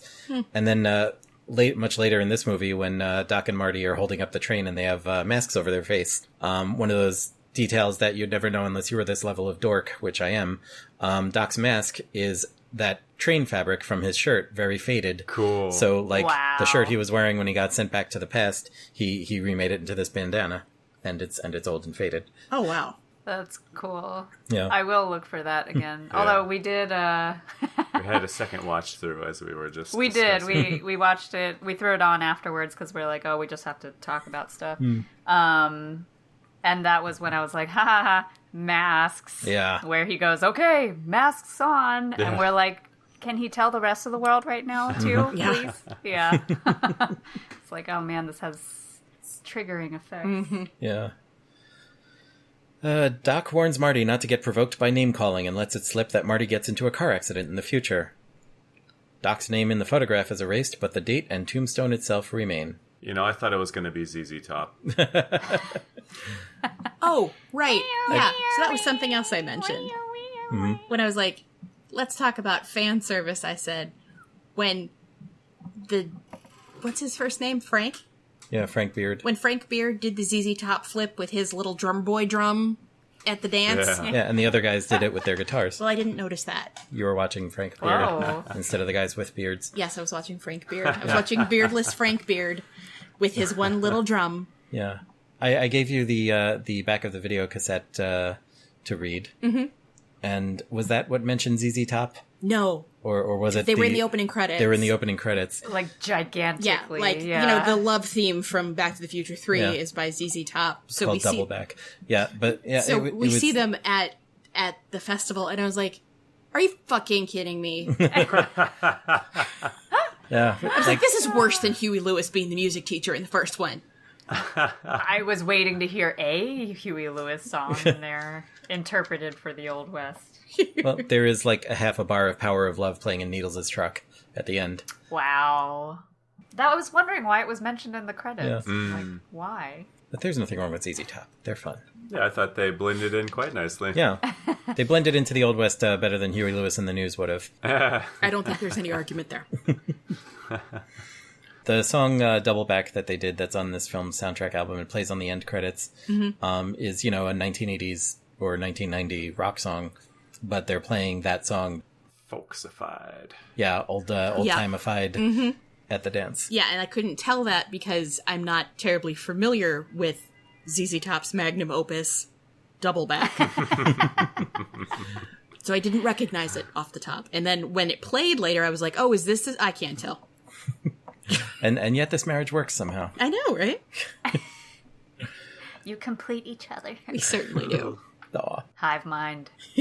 After a failed attempt to convince Clara that he's from the future, Doc is spurned. He goes to the saloon for a binge and drinks a single shot of whiskey, causing him to pass out. I loved that sequence. Yeah. Yeah. Doc has had his run-in with demon rum, which is really demon whiskey, but nobody says that it's demon rum.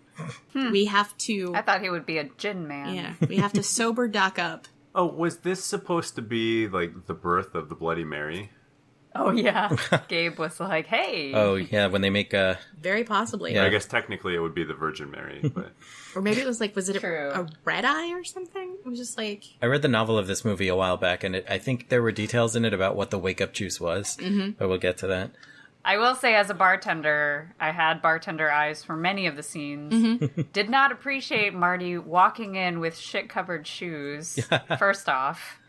Not even trying to wipe things off. What do you think of the whiskey, like, spilling out of the glass onto the bar and, like, smoking? Yeah. No pour spouts? No.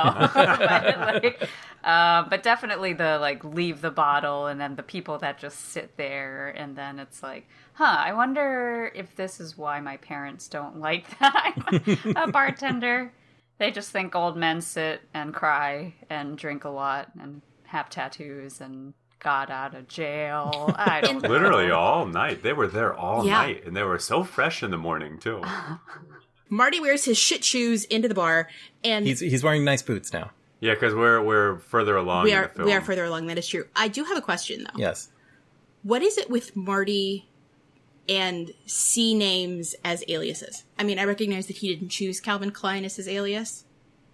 Well, he chose Clint Eastwood to be an Old West badass, and they counter with, what kind of stupid name was that? Which I really love.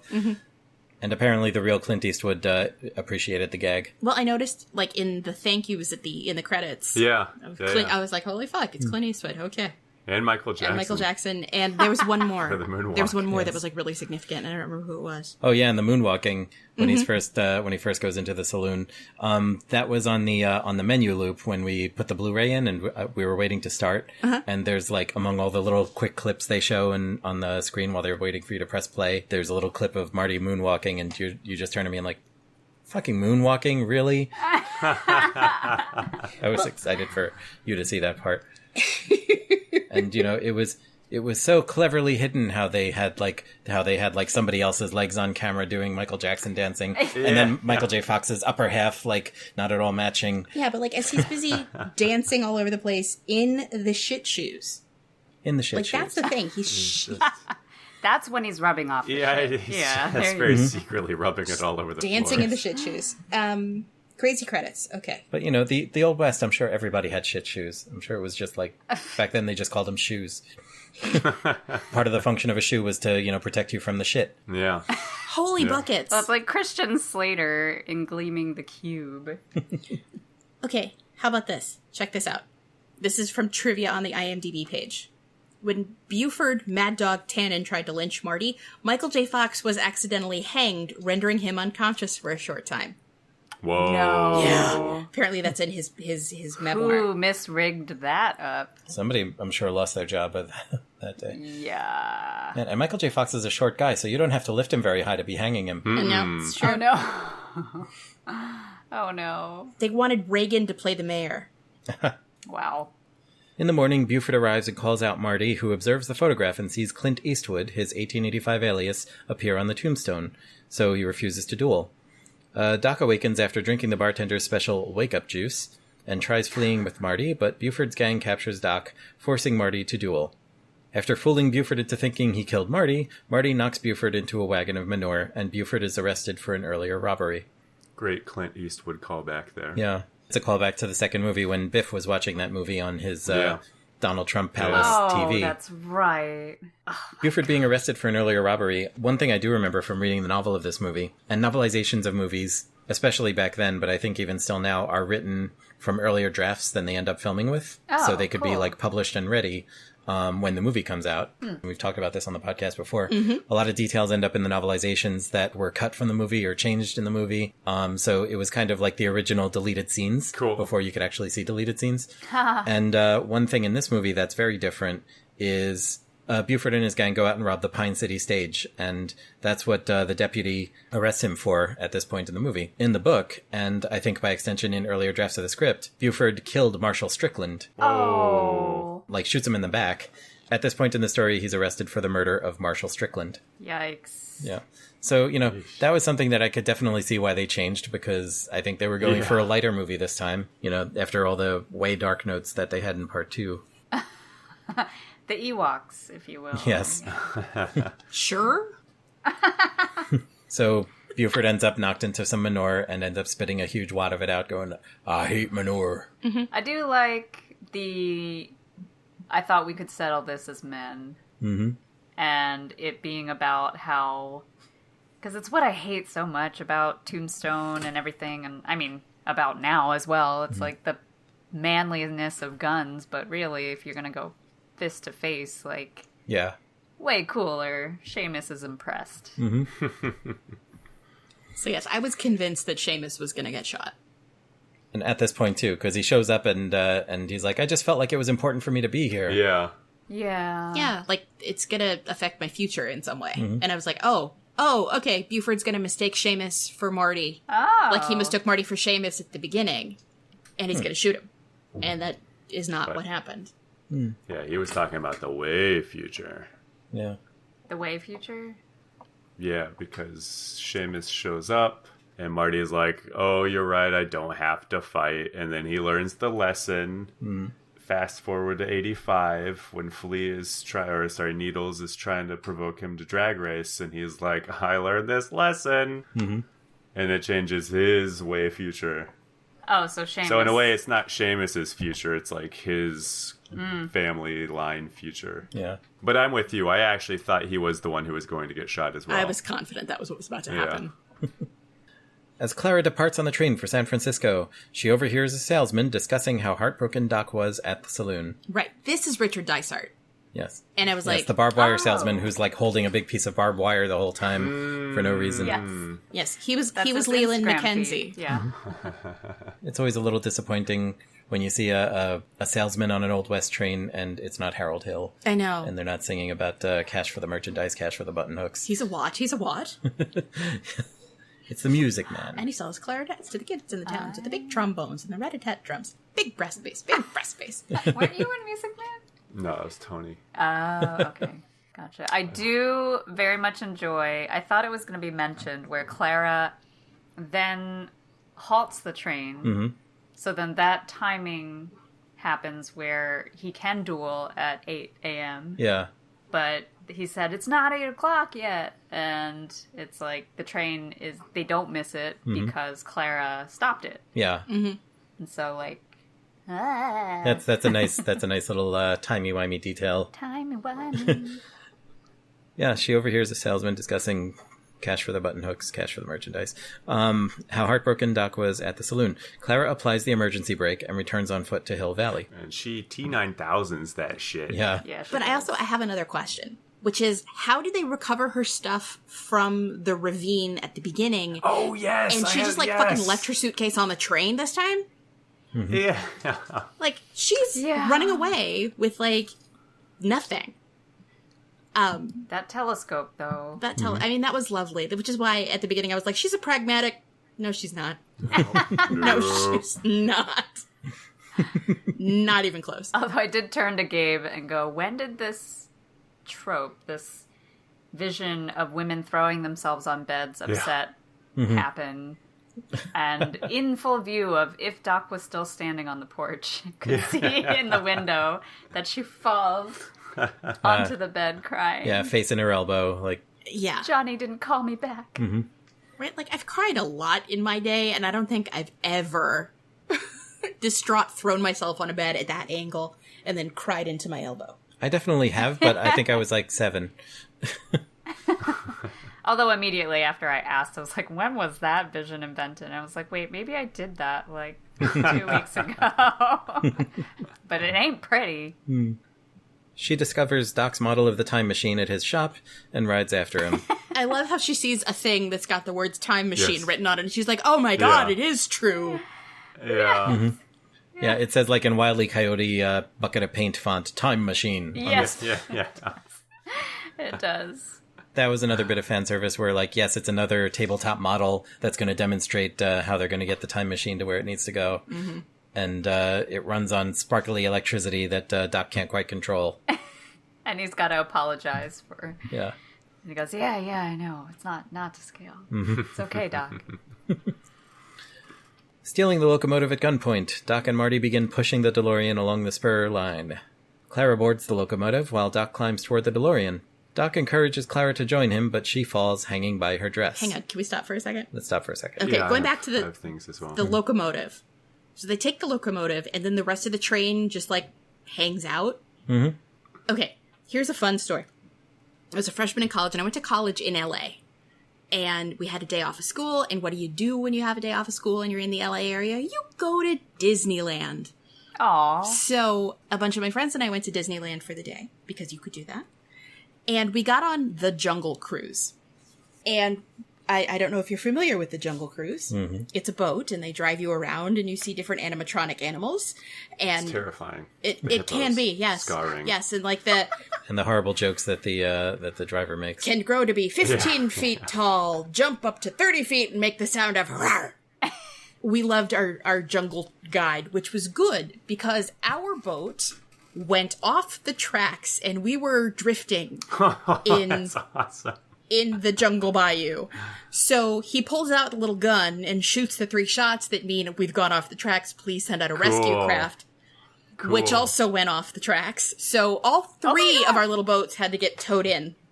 Oh my gosh. We got, like, some sort of thing that let us go to the front of the line on one ride because, like, we'd been sitting on the Jungle Cruise for 45 minutes. And the Jungle Cruise is not designed to be a 45-minute ride. It's just not.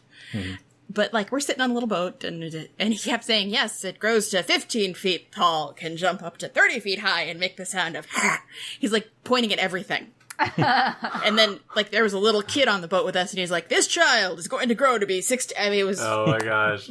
This person vamping. He was wonderful.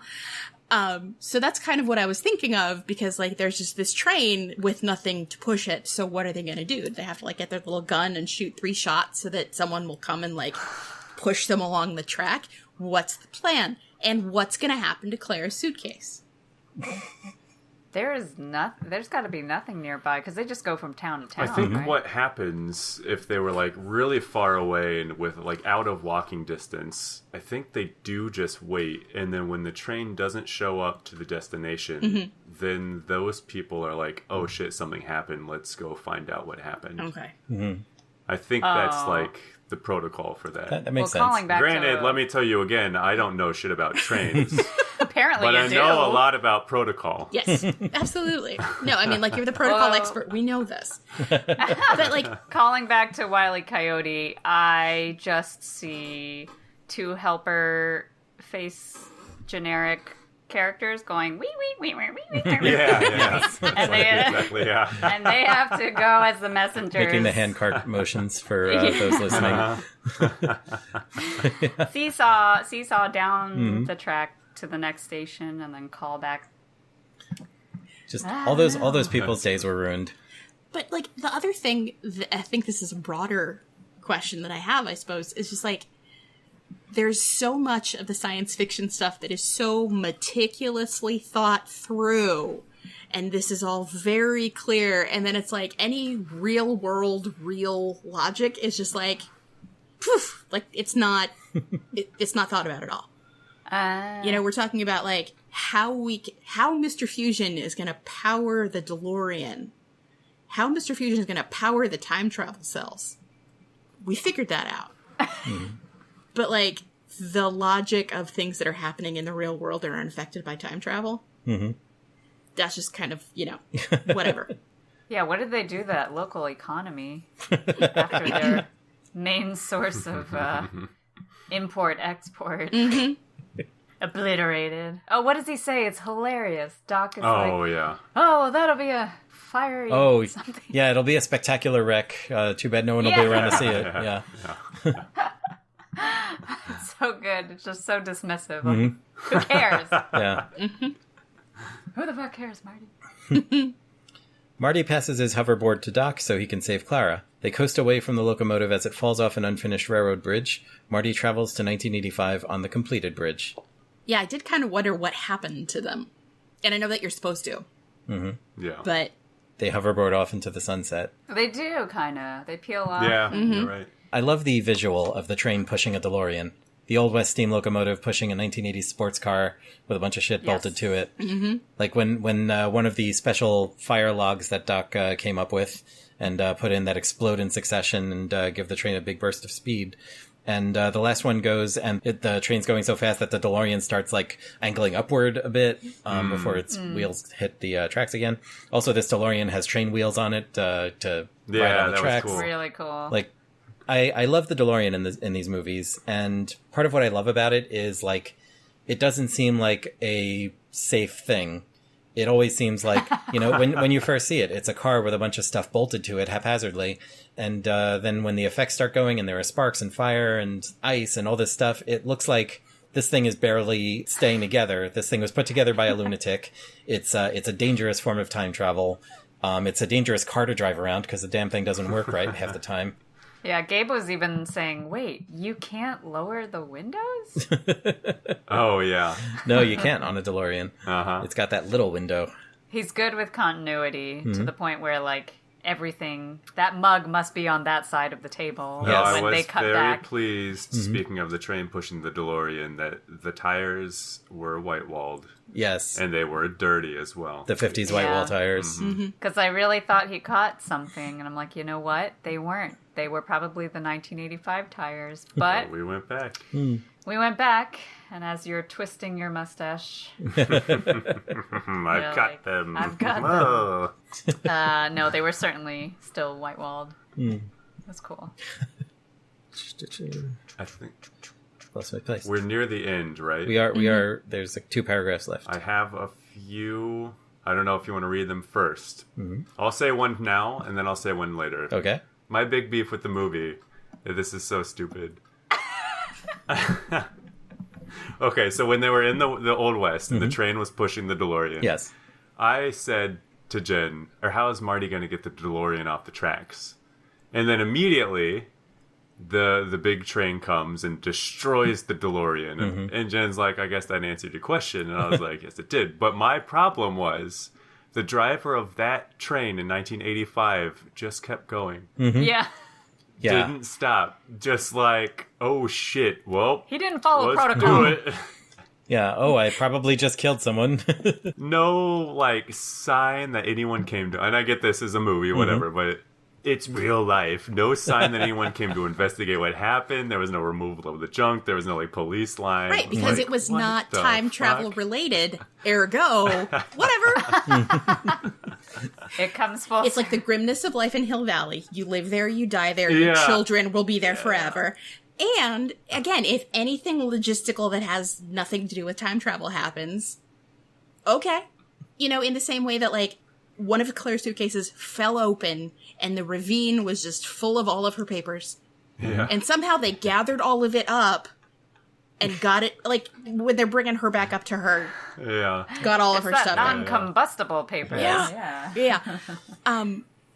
That was happening, and Marty was, like, going on the train, driving on the train tracks, and everyone's, like, staring. And he's like, why is everyone looking at me?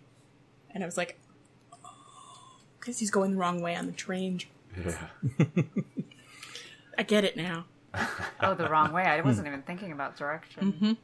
I know that it's the way things are laid out in this movie, but it's really weird to have a set of train tracks that's just one pair of tracks. Usually you would have train tracks to go one way and train tracks to go another way. Like, not many train lines in the real world are, like, one way. That would be strange. Yes. Well, in Backlot City. In Backlot City, yes. I'll read the next sentence here. Marty arrives on October 27th, 1985, escaping the powerless DeLorean before it's destroyed by an oncoming train. And I have feelings because I don't like cars. I love this car. I love the DeLorean time machine. It's like a character in the movie for me. And it died horribly in this scene. It did. And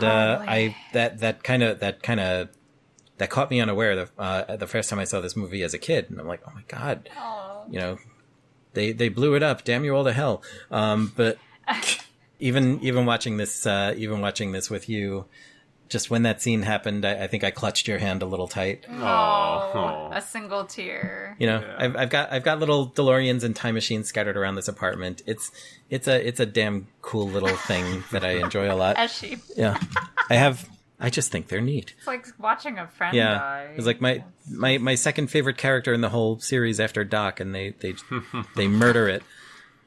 Before Marty. Yes, it's Doc, the car, and then Marty. Yeah, the DeLorean was what was on the tombstone. But Yeah, I think that's what... here lies car. DMC. But also, like... that plate that spins at the end. And another little callback with the spinning future license plate. But another thing about this that, like, has been bugging me in the back of my mind as a Back to the Future fan for way, way longer than it should. They smash a car that contains within it a nuclear reactor. And nothing particularly goes kablooey. There is a fusion-based nuclear generator in this car, but a train smashes it and it's just, like, fine. But does it have to do with time travel? Because then Gila's theory stands. I guess so. I'm just saying. And that bit when he's examining the wreckage and there's, like, the Mr. Fusion, cracked in half on the ground, and then the little box with the time circuits on it and the display and the flux capacitor, and the light just, like, sparks and blinks out one last time, like coughing up blood of the best character I was in the going to movie. say, well, then this calls back to when Gabe was like a protective older brother, and like, wait, so Doc tells Marty to go to his place, and then the Libyans might find him. He doesn't protect this kid at all. Yeah. And it's like, once you get back to the future, destroy it. I won't give you any instructions on how to safely do so. But do it. Yeah, I mean, it was because the whole doc for the last two movies has just been like, we have to destroy this thing. Mm-hmm. And, I think the fact that, like, when they showed the time circuit and the blinky light and whatever, and it blinked and went out, it was almost like a war movie, where, like, I'm sorry, in Forrest Gump, when Bubba gets killed. When Bubba dies and is, like, talking a little bit, and then he's like, You just did the head hanging down thing. It was very much like, thank you for your faithful service, old friend. Mm-hmm. Oh my gosh. Do not make me cry on it's this the podcast, feeling. Gila. Sorry, but I mean, that's another Robert Zemeckis trademark, I guess. Oh gosh, Gila is taking a model of the DeLorean and pretending to smash it in the Oh, she actually smashed it. Oh gosh, it's brutal. Guys, you're not supposed to tell. You're killing me, all of you. He discovers the timeline is returned to normal and finds Jennifer sleeping on her front porch. He uses the lessons he learned in 1885 to avoid being goaded into a street race with Douglas J. Needles, avoiding an automobile accident. Remembering that this accident would have sent Marty's life spiraling downward, Jennifer opens a fax message she kept from 2015 and watches as its text regarding Marty's firing disappears. So now none of what we learned in Back to the Future 2 is going to happen. Mm-hmm. Right. But they're still going to live in Hilldale? Maybe. And stay together forever. And, like, that was the other thing, though, because when the Rolls Royce came out, I was confident that Doc was going to be in it. Mm-hmm. Like, I thought that there was going to be some kind of, like, interesting. interaction with the Rolls. I thought it was going to be significant in some way. And it wasn't. I mean, it was significant in some way, but just not the way you thought. But, yeah. Or were thinking, yeah. Yeah. But I thought there was going to be, like, more interaction with it than there was. As Marty and Jennifer examine the DeLorean wreckage, we're coming up to the end, a flying steam locomotive equipped with a flux capacitor appears, manned by Doc, Clara, and their two children, Jules and Vern. So creepy. Just, like, the words, "I'm really going to miss Doc, I can't believe I'm never going to see him again," are, like, still hanging in a little text bubble by Marty's head. And then this train shows up. Yeah. That's the sound of entering the atmosphere. I like your time travel No, sounds. Gabe was very disturbed by the children. They the are corn. creepy-looking children. They're so children of creepy. the And he's doing train. something with his hand. The little one does something with his hand at the end. I'm Yeah. like, what is he doing? Yeah. What is he beckoning, summoning in that train? Summoning. I haven't shown that clip to Gila yet, but if during that scene you're paying attention to Vern, at one point while Doc is talking about, your future hasn't been written yet, whatever, Vern makes a beckoning motion with his finger and then points to his crotch. Yeah. No. Well, I that's didn't know what you about said. that. No, I thought he was doing, like, he had to pee. Yeah, that's But what I thought he was squirming just because I feel like I've seen kids that I've watched that I'm like, do you have to pee now? Like, are you lying? Yeah. I babysat a kid who every time he had to go to the bathroom would just grab his little crotch and hold it because he once said, "I have to go to the bathroom." And the response was, said, hold it. "Yeah, so we did." Oh, that's kind of adorable. So he kept doing that. Literally holding it. Yeah. Oh my god. Yeah, they were like in the car or something. He's like, "I have to pee." Well, you can't hold it. Wow. So that would be like, "Ben, do you have to go to the bathroom?" "No. Honey, you're holding it. You should go." Oh. Yeah. There are all sorts of theories flying around about what this weird little homunculus of a child actor with no lines was doing. Oh my gosh. But I love how the fact that this theories. happened and that's the take that they used. Yeah. Does make you wonder what else might have happened in the other tape. Yeah, right. Or just that Christopher Lloyd was giving such an impassioned speech that the editor and the director and everyone in that editing bay was just watching Chris and no one noticed this creepy little kid doing finger actions. gestures. And the look on his face, if that's why, it makes perfect sense because the look on his face is so panicked and worried. Yeah. Put a diaper on all the kids. That'll solve it. Yeah. Yeah. Oh, and Einstein. Freddy is back. Freddy is back. This video is on YouTube. It's called Vern Points to His Crank.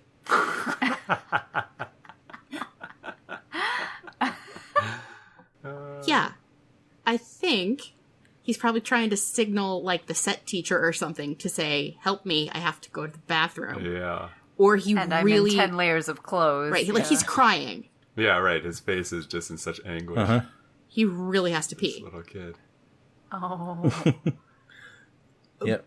You don't pee in this period piece. But we could also say that he was because of course Doc has been talking about Marty and Jennifer. They've known about he has Marty to and pee? Jennifer. No, not so he has to pee. So, you could probably either read it as the actor has to pee, or you could read it as Vern has been listening to these stories of beautiful Jennifer, and it's just Yeah. I'm becoming a man today. Oh my god. You could go in-world or out-of-world. It could go either way. Damn you, Vern. to have to switch to long trousers soon.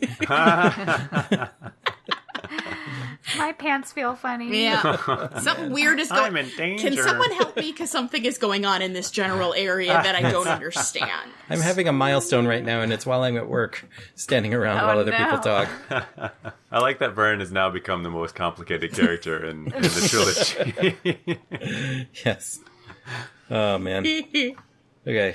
And of course, the kids are named Jules and Vern because I don't think we've mentioned in the recap, but Doc and Clara bond over being Jules Verne fans. I've never met a woman who liked Jules Verne. Yes, I love the... Yes. You couldn't have been a little boy. Oh, yeah. Doc gives Marty a photo of the two of them by the clockworks in 1885. Jennifer asks about the facts, and Doc tells them that it means the future has not yet been written. Doc and his family say goodbye and depart aboard the locomotive. It says in Wiki to the past, but in the movie you don't know where they're going. Okay, has anyone yet recut this last scene with Natasha Bedingfield's song Unwritten as the background music? As opposed to whatever the hell is playing in the background, like the ZZ Top or whatever the fuck it was. ZZ Top. That's great. Because it really is this... Like I was saying, it's this very, like, Willy Wonka... mad scientist Miss Fritzl, not Fritzl, Mrs. Fritz. Frizzle. The end of the Magic School Bus episode, and the kid's like, but what does it mean? Doe eyes. Mm-hmm. Doesn't know anything about the world. Yes. And then, they explain. Mm-hmm. I have a little beef. A little Okay, bit. what is your beef now? Well, maybe it's a big beef. I don't know. Oh my god. So this is the second part. What is your beef of indeterminate size? Yes. Okay, so the whole movie, Yes. and even the prior movie, Doc has been preaching we need to destroy the time machine. Mm-hmm. And then what does he do Yes. but make another time machine? Uh-huh. That just doesn't sit well with me. Yeah, because you can't keep a good scientist down. You can't. But damn it, man. Yeah. This is the guy who invented the time machine in the first place and is crazy. Although he's been, like, humanized a bit by a romance and having a family and stuff, like, he's still a nut. And so, like, even though he's like, oh, my social conscience, I gotta destroy this time machine, at the end of the day, he's in the Old West. He's got a head full of time travel ability. And somebody to show off for. Yeah. Oh, there you go. But also, I think his issue was with that particular time machine. I think he still believed in time travel as an overall concept, but the DeLorean itself had just given him so many headaches. He thought it was cursed. Like, the DeLorean is just this... Trading it in. Right, this DeLorean is like this cursed little shit can that needs to die. But time travel itself still holds possibility. Maybe. I don't think he was against time travel qua time travel, just in that particular car. Maybe. So why wasn't he saying in the second movie, like, I'm going to destroy this time machine. Maybe a nice Toyota. Yeah, but I mean, the idea that... And here's the other thing, is that, like, how long was Marty Doc's sidekick?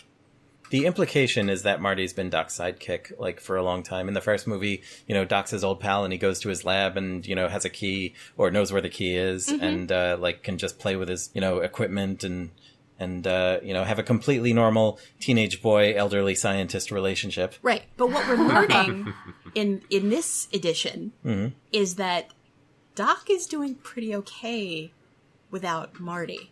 Maybe even better. Yeah, well, now he's got a wife. Right, Marty's not around to fuck everything up. She makes him So breakfast. now- No. But now, Doc was able to make this time machine that Marty had nothing to do with, and things seem to be running pretty well. Mm-hmm. It's the DeLorean that he had to get rid of. It's this time machine. That's an interesting take on it. I have to do away with Marty and his fuckery, and then everything changes. This was all his really roundabout plan to just get rid of this annoying kid who's been following him around all his life. Yeah, had to give the kid the slip somehow. The real, like, WTF factor behind Doc and Marty's friendship is after the first movie, 50s Doc knows that in 1985 there's going to be this kid, Marty McFly, and he's apparently my best friend in the world. So, like, at some point in, say, the early 80s or whenever, Oh, no. like, Doc meets this kid in his neighborhood, and he's like, okay, I know I've got to be best friends with this kid. How do I do this? Like, how do you make friends with a kid when you're, like, 70? I know. I'll give him a key to my house. Yeah. Yeah. Yeah, and tell him to, help me with my experiments. But yeah, like, here, teenage boy that I'm not related to, have keys to my house. Come feed my dog. Oh, you play the guitar? I have really badass speakers you should check out. The whole 1985 sequence at the end there, I feel like it's a little victory lap that the movie's taking. Yeah, here are all the McFlys. Everything's doing great. Biff is now, a cowed, sort of non-dangerous guy again. And Marty gets to finally kiss Jennifer, because the running gag in the first movie was that every time they went in to kiss, like, something happened and interrupted them. Mm-hmm. And everything else happens, and Wait the a words... second. That was, like, the first time he got to kiss her? Yeah. And she was asleep. Consent. Marty. Consent. This was the 1980s. That was before they invented consent. Oh, that's right? true, yeah. No, that's even But no, a good point. You're right. Then the words "the end" in the orange and yellow Back to the Future font come up, and it is indeed the end. And so, I'll ask the Dork Web folks first. Gabe, what's your final assessment of Back to the Future 3? Well, like I said, I enjoyed it. I thought it was fun.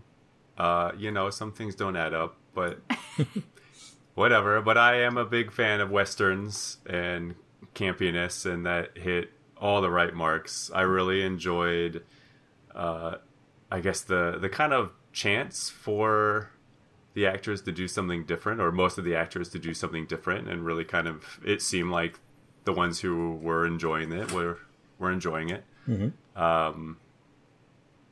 Yeah, I am in the camp of I enjoyed the movie. I went in expecting it to be a Turtles 3, and came out very pleasantly pleased.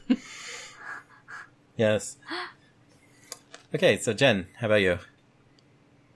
I liked it more than I thought I would, because I remembered not being impressed with it, but I think that's my kid self being all like, shiny future things are cool, old dusty brown things are bad. And like, I think growing up it was just like future, like white, silver, shiny, chrome.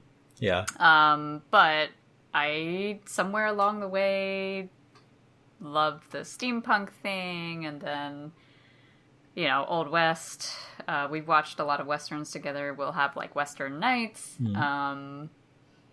Yeah, especially when you study typography and you see all the hand-painted signs and, like, kind of the snake oil salesman and, like, all the signage and I really like it, but I think that's because of my aesthetics brain and prop nerding and set dressing nerding and... Yeah. And the story, yeah, like Gabe was saying, I really feel like the actors had fun, and you could feel that throughout the production. Like, they got to do something fun and adventurous and learn fun things like riding horses or twirling guns. The first one will still stand as the one I watch over and over and over again. But I will add this now, and I will try to catch up. No, I couldn't possibly catch up, but yeah. And how about you guys, modern technology watches? Gila? Well, I will say that I am very impressed with my eyeballs for returning to their normal position. Because I swear to you, I was just rolling my eyes for 2 hours. However, I did stay awake the whole time, so that is good, I suppose. The thing I will go back to is the world building and how they did that. Everything was immersive, and the fact that, again, you could see the bones of Hill Valley in 1955 and 1985 in 1885. All the carry through in each of the movies, what you saw, what changed, what didn't change. The world building, the production design, all those things. I'm really impressed by that every time.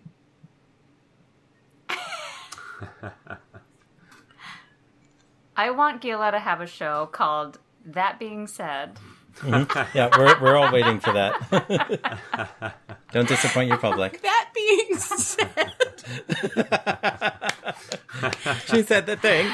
Okay, yes. Is that like my catchphrase now? I think it may be. At least so far as this trilogy goes. Okay. With that in mind. Hey. Don't deny yourself. Okay. So yes, the world building is amazing. With that being said, oy, the plot. Oy, the acting. I'm glad that Doc got, like, personality in this movie. That's great. No one else did. And there's no dimensionality to these people, and there's certainly no dimensionality to the women. And, like, Clara, like, what is it about her that made Doc fall in love with her? She's got a telescope and she's a girl? Like, okay. She reads. Woohoo. Yes, and it was just, like, there have been episodes of Doctor Who that you and I have watched, and I'm just like, oh, that's just all masturbatory fan service. And this was masturbatory fan service, but, like, in the Old West. So dust was sticking to it. Oh. Oh, yeah, she took it there. I would just like it on record which one of us took it there, and it was not me. It was me. It was me. It was Vern. Damn you, Vern. Yeah. I don't want to yuck anyone's yum ever. I'm, again, glad to have experienced this with you. I know that this is something that is a huge part of your pop culture canon. And thank you for sharing it with me. Yeah, good. That being said. So, now that you've seen all three of these, if you were, like, strapped to a chair with, the Clockwork Orange thing on your eyes, and you had to watch any of the three again. The first one. The first one? Fair. Yeah. Okay. Yeah. Legit. Yeah. There's oh, man. I think I will surprise no one by saying I like this movie. It's my least favorite of the trilogy, but that doesn't not make it one of my favorites. That doesn't not make it one. Because, like, in the grander sense of things, like, my brain still categorizes it, and maybe this is because I've watched them back to back to back over 6 hours so many times, but my brain does kind of classify it all as one long story. And so, like, it's a chapter in that story, and I like that story. I kind of like Westerns. I'm not, like, heavily into them, but there were ones I liked, and I think the Western bits of this were fun. And yeah, I love the production design as well. The town that they built, and this is another random piece of trivia, but they actually built the Old West version of Hill Valley out in the desert somewhere, and after they wrapped filming, they just left it out there. And it still existed for something like, I want to say something like 15, 20 years, just decaying as a ghost town until lightning struck it and the whole thing burned to the ground at some point. No! The Dork Web would like to dedicate our half of contribution to Copernicus and Einstein. Oh. The four-legged, and not the men's in history? Yes. No. The four-legged. Copernicus and Einstein, and also the other Einstein. Yes. We don't talk about that one. I do love Doc's love and care for Einstein, and having to come back for him being something he really had to mention first and foremost. And the care of Einstein that he wrote in the letter. And also how he scoffs at future self for naming a dog Einstein, and then he speaks to Copernicus. Yeah. Well, guys, this has been really fun. And Yeah. I've loved sharing this stuff with all of you. Yeah, thank you for having us. It's been great. We've thoroughly Yes. enjoyed being guests. Well, now I'm having the sad feels of a trilogy coming to a close. We're closing the book on this trilogy. I will tell you two, this doesn't get you off the hook because we will have you back for other movies. Oh, yay. Note. Consider us caught. We will have you back. So, after all of that rigmarole, and we talked about that motion picture and whatever, What the hell are you guys up to at the Dork Web? Discovery of self. Truly, we're just kind of branching out. If I may shamelessly plug, Gabe has been toiling away passionately. Plug away. On a new YouTube channel called Wasabi Apple. And it is the exploration of the Japanese culture that you can find right here in New York City. Mm-hmm. In Gabe's development with his partner, our neighbor of the Wasabi Apple, it's aided in a lot of reflection of what the Dork Web is. And I always dread this question at the end of the episode because my elevator pitch has never been down.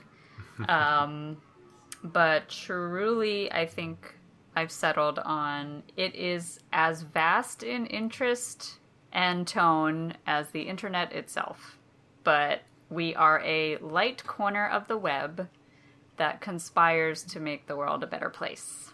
Lovely. Yeah. Interests vary, but ultimately I want people to visit us at the Dork Web and leave feeling either inspired or reflective or entertained. And ultimately, we just help each other, especially now with everything going on.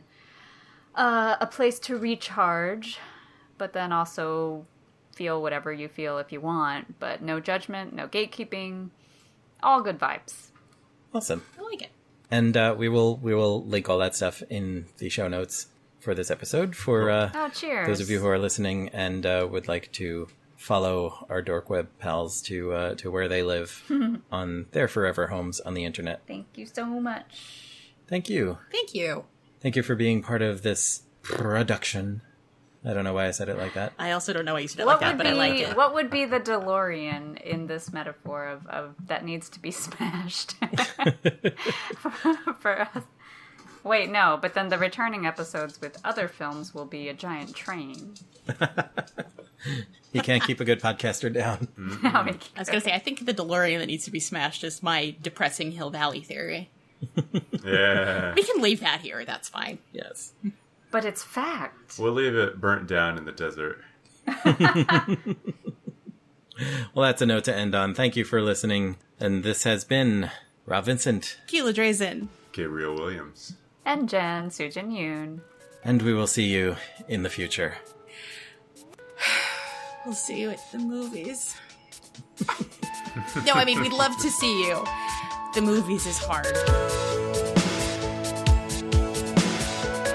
You have been listening to episode 206 of Modern Technology Watches with Gila Drazen and Rob Vincent and our special guests, Jen Sujin Yoon and Gabriel Williams. Go to modern.technology on the web for more info on this show, our other work, and our social media spurs. Our music is The Promise by Torley Wong, released Creative Commons Attribution Share Alike 3.0. Find more from Torley at torley.com. Thank you, Torley. Content from wikipedia.org is used under Creative Commons Attribution Share Alike 3.0. This podcast is released under Creative Commons Attribution Share Alike 4.0 and is a production of Joyful Firefly LLC. Send us email at watches@modern.technology. And if you like us, tell somebody.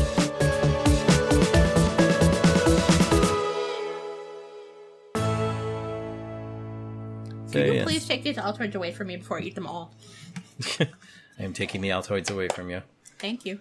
Even though you got them for me, and you're totally entitled to Yes, I got all the Toids for you.